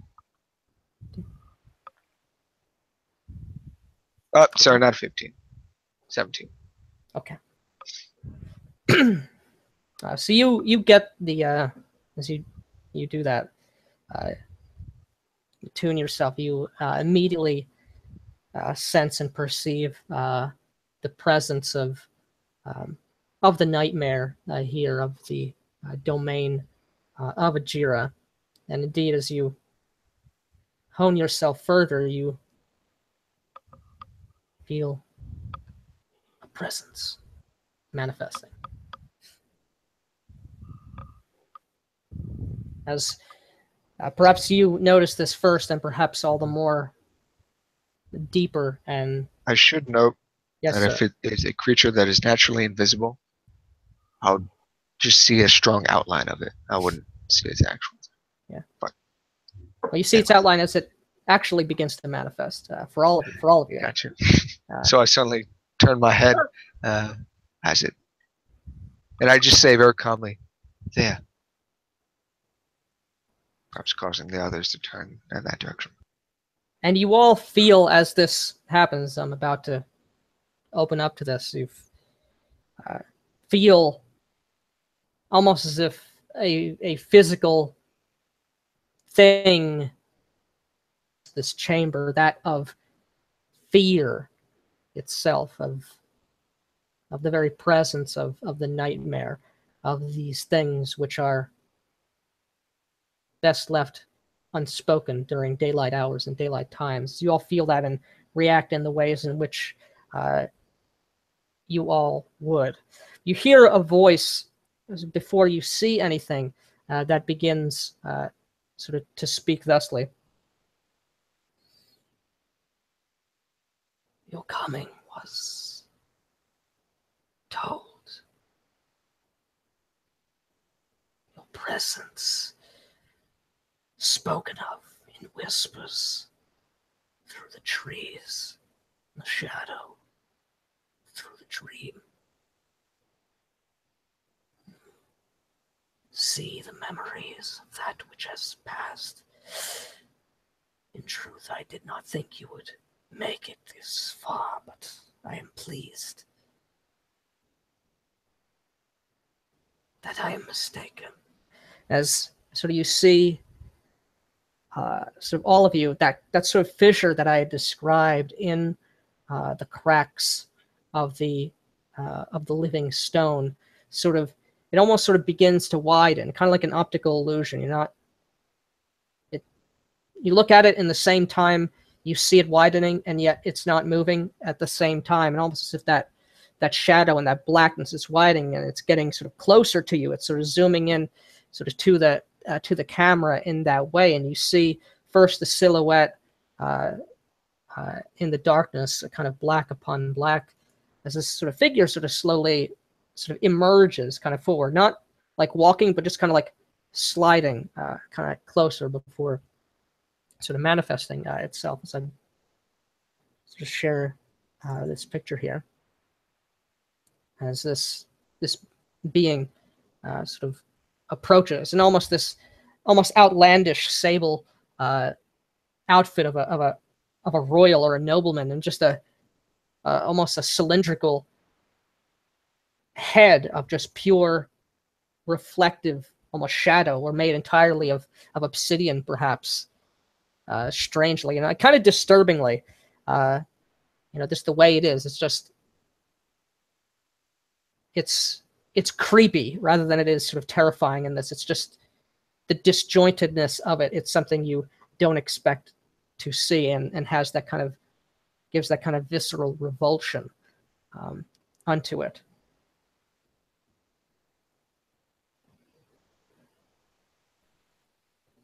You have been bidden. So I take. Go ahead. Yes. I take a few steps back from it, seeing it, and almost involuntarily my lips curl back in a bit of a grimace, and I sort of click my fangs slightly together. As I'm hit with a sunburst of like nervous energy, seeing this thing and perhaps knowing a bit more intimately what this is. And it just causes me to teeter on feeling fear itself. As myself, I sort of grow very defensive, very anxious, and just very wary of this presence. Okay. And please let me. Okay.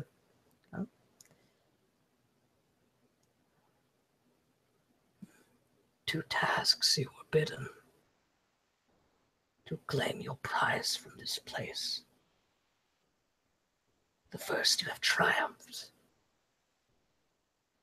The past, that which has forgotten, has been remembered. Now is known to you the cause of the fury, the anger, and the righteous punishment inflicted. Okay? But there's one last task: to claim these waters. Return your precious prize to your benefactor. Do each of you have the strength of will? Can you face what you fear most? As sort of this creature is sort of saying this, disturbingly, because it has no mouth with which to speak. Kind of, so you look away, and it kind of sort of shifts within the shadows that kind of lengthen in this place. And it's almost as if that bioluminescent glow begins to dim, as sort of that voice sort of appears. It's to your side. It's behind you. And you sort of looking like, oh, there it is. And you look back, it's gone. Where is it? You look somewhere else, and there this creature is standing. And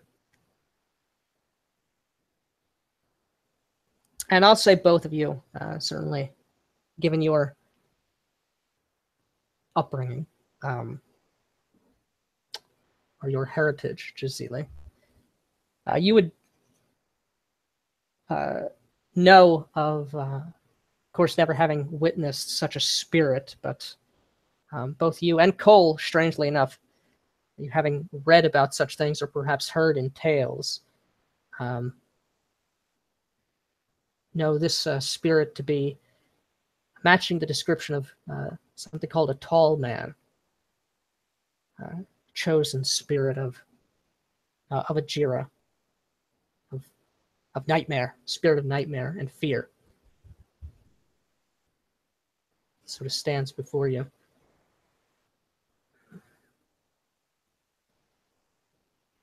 You do not flee. Curious. Would you undertake this, you three?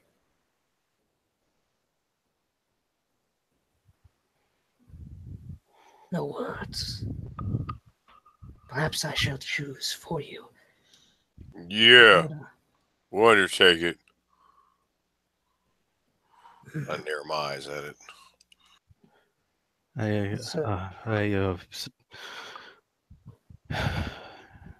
Yes.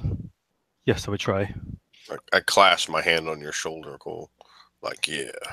And you can just Just feel a narrow my shiver eyes at it. up my own spine.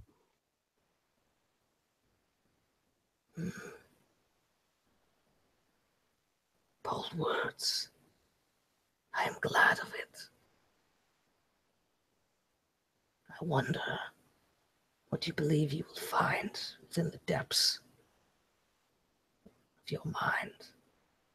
It's sort of like you can feel almost that gaze sort of looking upon sort of each of you. I can taste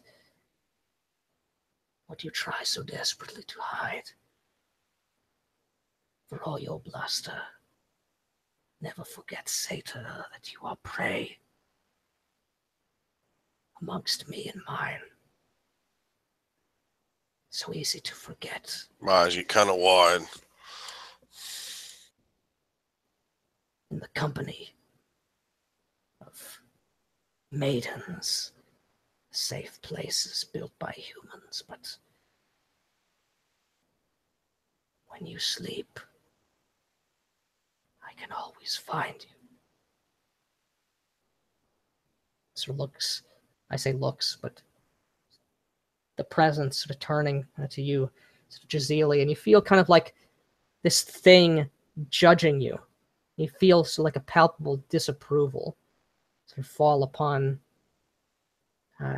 your person, and almost kind of like tingles and burns for a moment, sort of staring what seems to be like for a long time, but as it lets go, it's only a few moments. I await eagerly, see how you will fare.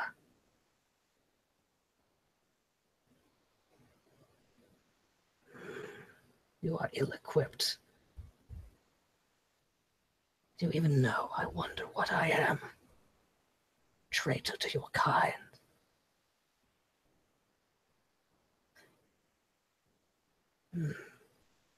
It's sort of like slinks on over. And this thing isn't speaking so much, it's making no sound, but it is sort of reverberating in your mind, sort of each of you. This sort of taunting, almost jabbing, jeering, this silent, whispering, raking. Oh, but it is you. No, not the satyr. Not that one. Thinks he has chosen wisely. It is you, human.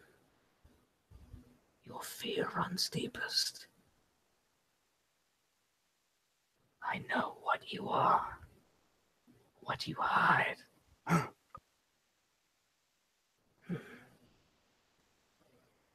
Do you fear Well, we will see soon enough. And sort of that presence sort of eases up upon you. And then it appears kind of before that pool, that basin. Now, drink. Claim your prize if your hearts are strong enough. Face your fear if you can.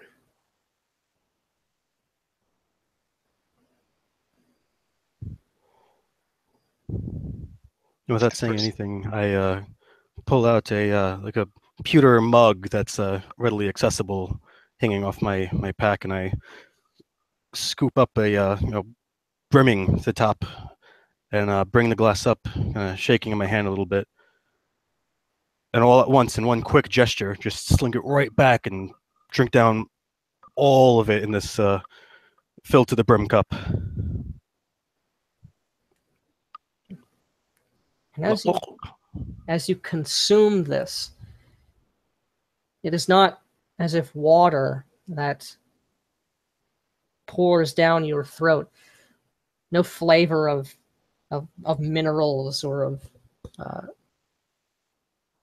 of mineral deposits in this pool of clear liquid, but instead it is almost as if with the splashing that touches your tongue, the roof of your mouth, and spills down your throat, your esophagus, down into your stomach, spreading out through you. It is almost as if somehow each droplet, each movement of this liquid echoing forth a memory, some random thing, some deep and personal to you, of various sorts, just indeterminate moments that seem to have no rhyme or reason unto them, almost as if the waters themselves sort of washing away, scrubbing at that barrier that we keep, almost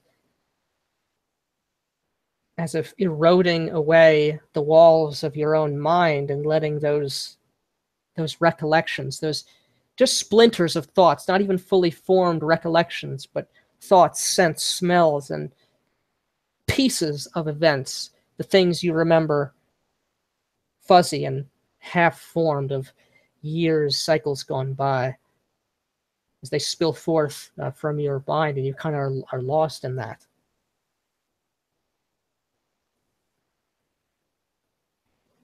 As this creature looks upon the both of you who have yet to drink, the kind of And then I go and I step. I kneel down, like keeping my eyes on the thing, but not like directly on it. Just kind of like as if there's just a lion chilling here, and I'm just like, very carefully approaching, keeping my distance away from the thing, and sort of kneeling on down, and like almost going on all fours, as if I was stalking something by the pool, and I don't cup. I just go and almost like I kiss the top surface of it. I just start lapping or drinking from it, as if a wild man. That's right. And you experienced a similar sensation. Wait. Let me get this straight. You, in your dark outfit and your rectangle head, think that I'm afraid of you? No, I don't think so. I got 9 maidens that are after me. I got 18 kids, and you want to say what? You think of all the things you could put to me, you think I won't drink? Let me show you just how wrong you are. And I'll take the horn now that I have actual possessions. I have a horn of drinking, as has been well documented. And I will take that long, spiraling horn of drunks, and I will drink and drink more and drink more and drink more, and still, wait, more. And beyond that, more. And finally, even some more. I will just drink more than ever before, more than any I've ever thought or seen. Okay. And with that, as you each become lost, almost like falling down the rabbit hole of your own emotions, experiencing, seeing, smelling, hearing, perceiving, tattered whirlwind of things half forgotten, of things you didn't even remember happened to you, but now in this storm, this whirling eye, that your own consciousness falling within, for finding hitting down in this dark, deep place, the very depths of your mind, place where those things dwell. Each of us, no matter how happy, no matter how fulfilled, there are always those insecurities, those regrets, those guilts, those things we wish we would have done different, those deepest, darkest fears about ourselves do dwell. And as you were all there in that dark place, go to soliloquies. Starting with Zeno.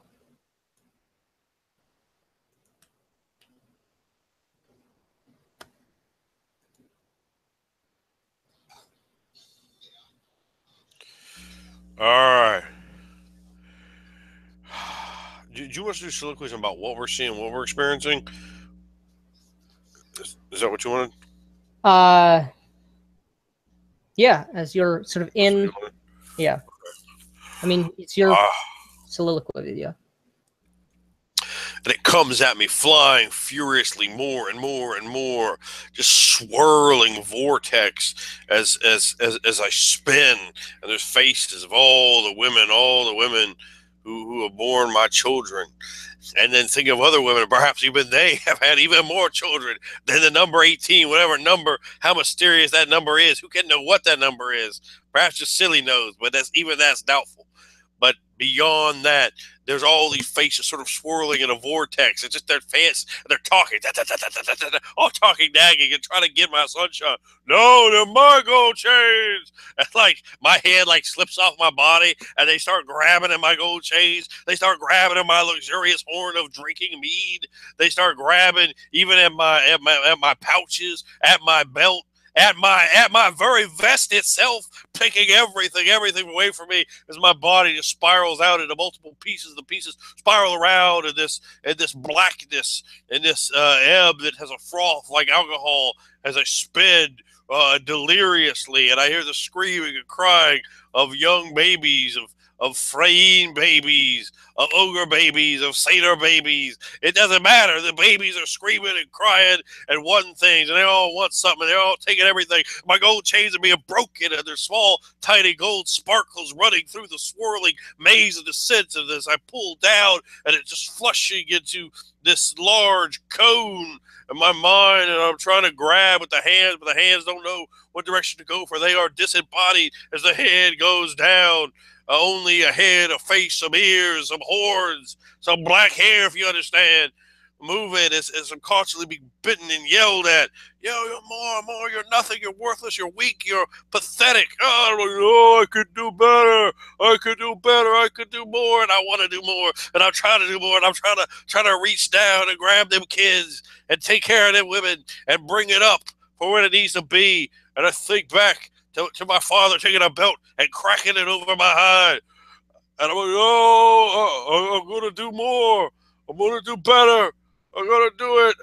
No. And then I just feel this tremendous weight of oblivion pulling like iron sitting on top of me, burning and pushing. It's cold. It's hot.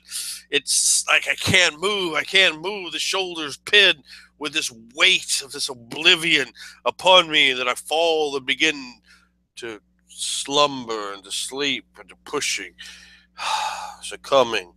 How easy it would be just to slip into oblivion now. Just never hear the voices, never take on the responsibility They just go out like a sweet heroin dream.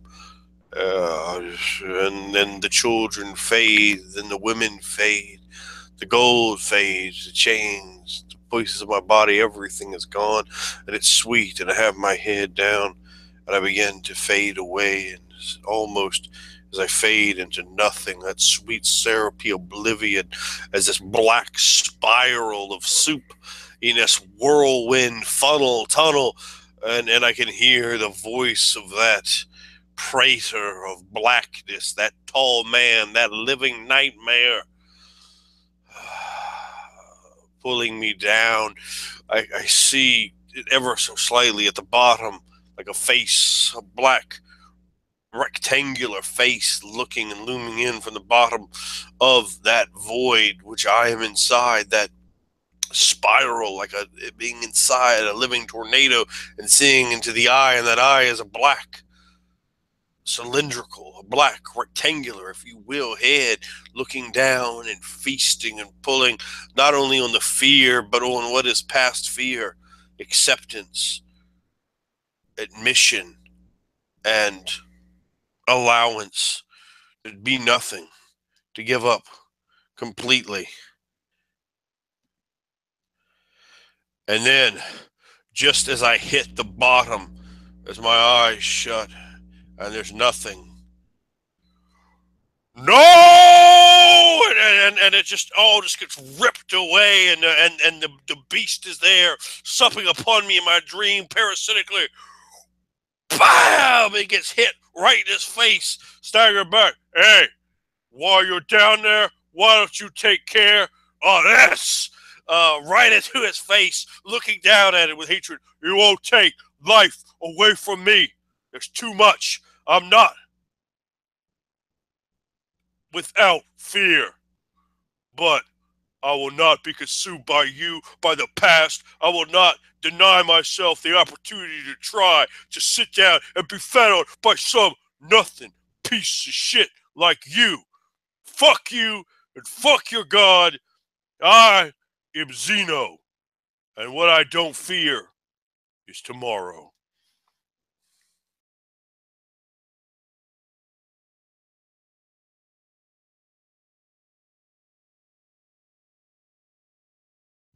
The scene changes to that of a tall stone.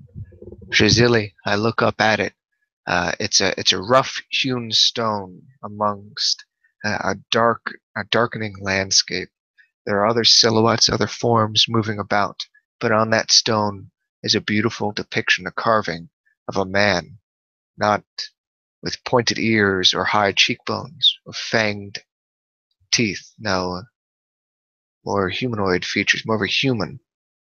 Long hair down to his back, with a beautiful, luxurious robes, highly detailed and carved, and the face looking down as I look up. A hand rests on my shoulder. I turn. It's a silhouette, but its face is distorted, as if forcefully blurred and skewed out. It's pale, though what it wears is clear as crystal. An orange robe. The figure sort of leans on down to my level and takes me by the hand and brings me among the others, myself wearing robes of white as I move to a sort of a small flight of stairs upon stone. Strange, the stone's more like liquid, making strange shapes and curves, as there's a ring of orange-robed figures, and in the inner circle, those who don robes of red and purple. And there, the man gestures with his hand towards me, this man being the same depiction of that in the stone, a human long-haired, wearing those purple robes. He gestures before me, and I start stepping on down. My legs become submerged. That white ceremonial robe becomes covered in the liquid that I walk in, and I dip myself, my black hair disappearing, my pale form fading into the waters so red. And as I walk back out, movements change. I am not white, but covered in nothing but blood red. And as I step on out, there's the sound of a child crying, a baby crying. As I look out, as a child, as a baby held in the arms of my mother, watching a baptism being undertaken. A voice rings in my head as memories switch and break, like the cracking of glass, of a mirror, or just of something else. The sky is night, it's late. The moons are watching high in a starless sky above. And there is pain, there is fear. As my hands, now much older, perhaps similar to as I am now, holding the hands of another, and slowly those hands part. As the camera zooms in, they part, they let go, and they separate. And I walk, turning my back away from another figure in those, as it bathed in that moonlight, in this quiet place somewhere remote, somewhere intimate. I won't, I must not fail in my pilgrimage, in my duty. This land needs our words. This land needs our presence. I can't fail you, my Lord of Dusk, my Lord, who has shown me truth through scripture, through understanding. I can't fail you. And as I say that, the scene just becomes progressively darker and darker until Giselle is walking along a flat surface and in just blackness, and only his form is seen. As I move and I look around, and my eyes are wide. As now and then the space itself cracks and reforms as if a constantly breaking piece of a mirror, and then shifting and reforming, distorting what I see back at me. My eyes widen, obviously with fear. The cackling voice. Blasphemer, wretched are you. Who do you think you are? Kin of the wayward pack. All you deserve is torture and death for your sins. No! No! Tall men! The tall men are here. And quickly, my walk falls into a jog, to a run, and the ground beneath me breaks and shatters into many shards, thousands of memories, of failures, of losses, of things that perhaps aren't even of my own, but still I feel they are as I fall amongst shards of black obsidian glass.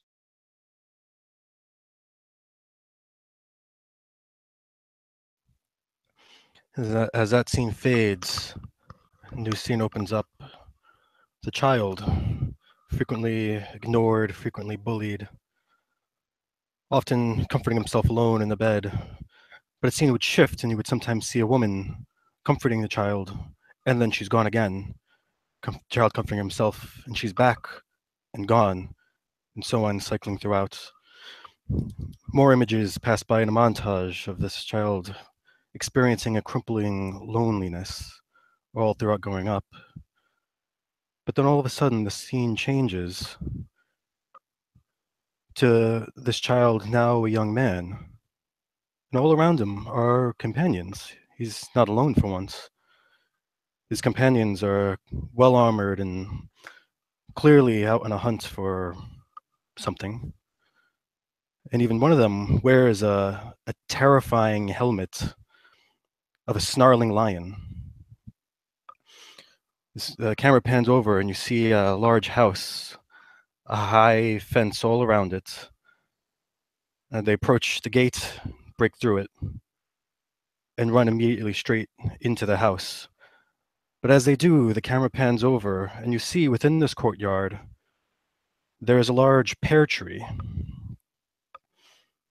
They all break in, going down the long hall, and they find a man playing an instrument. He puts it down, simply stands up and turns around. It's a human. Clearly very wrong, though.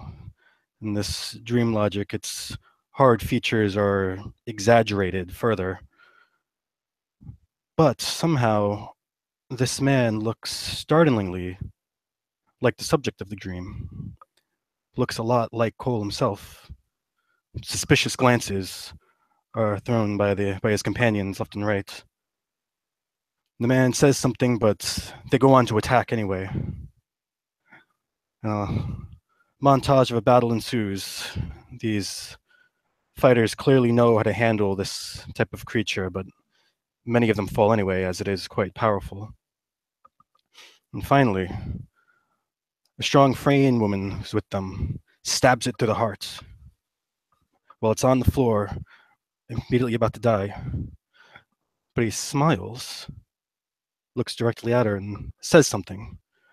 But she can't hear what it is at all. He turns over and points towards where Cole is standing 20 feet away.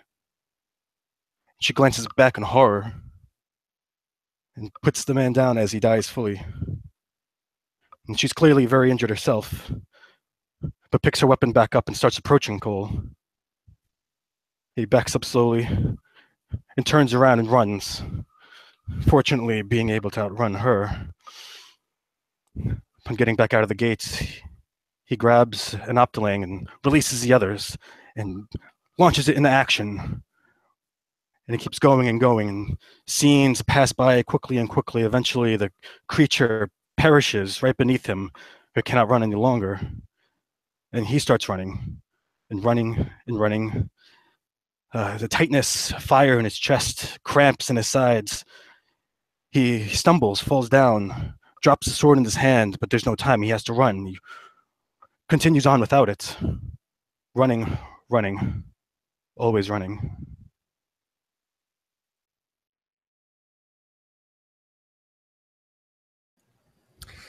Thank you all for watching, listening, what have you. So we conclude session 4.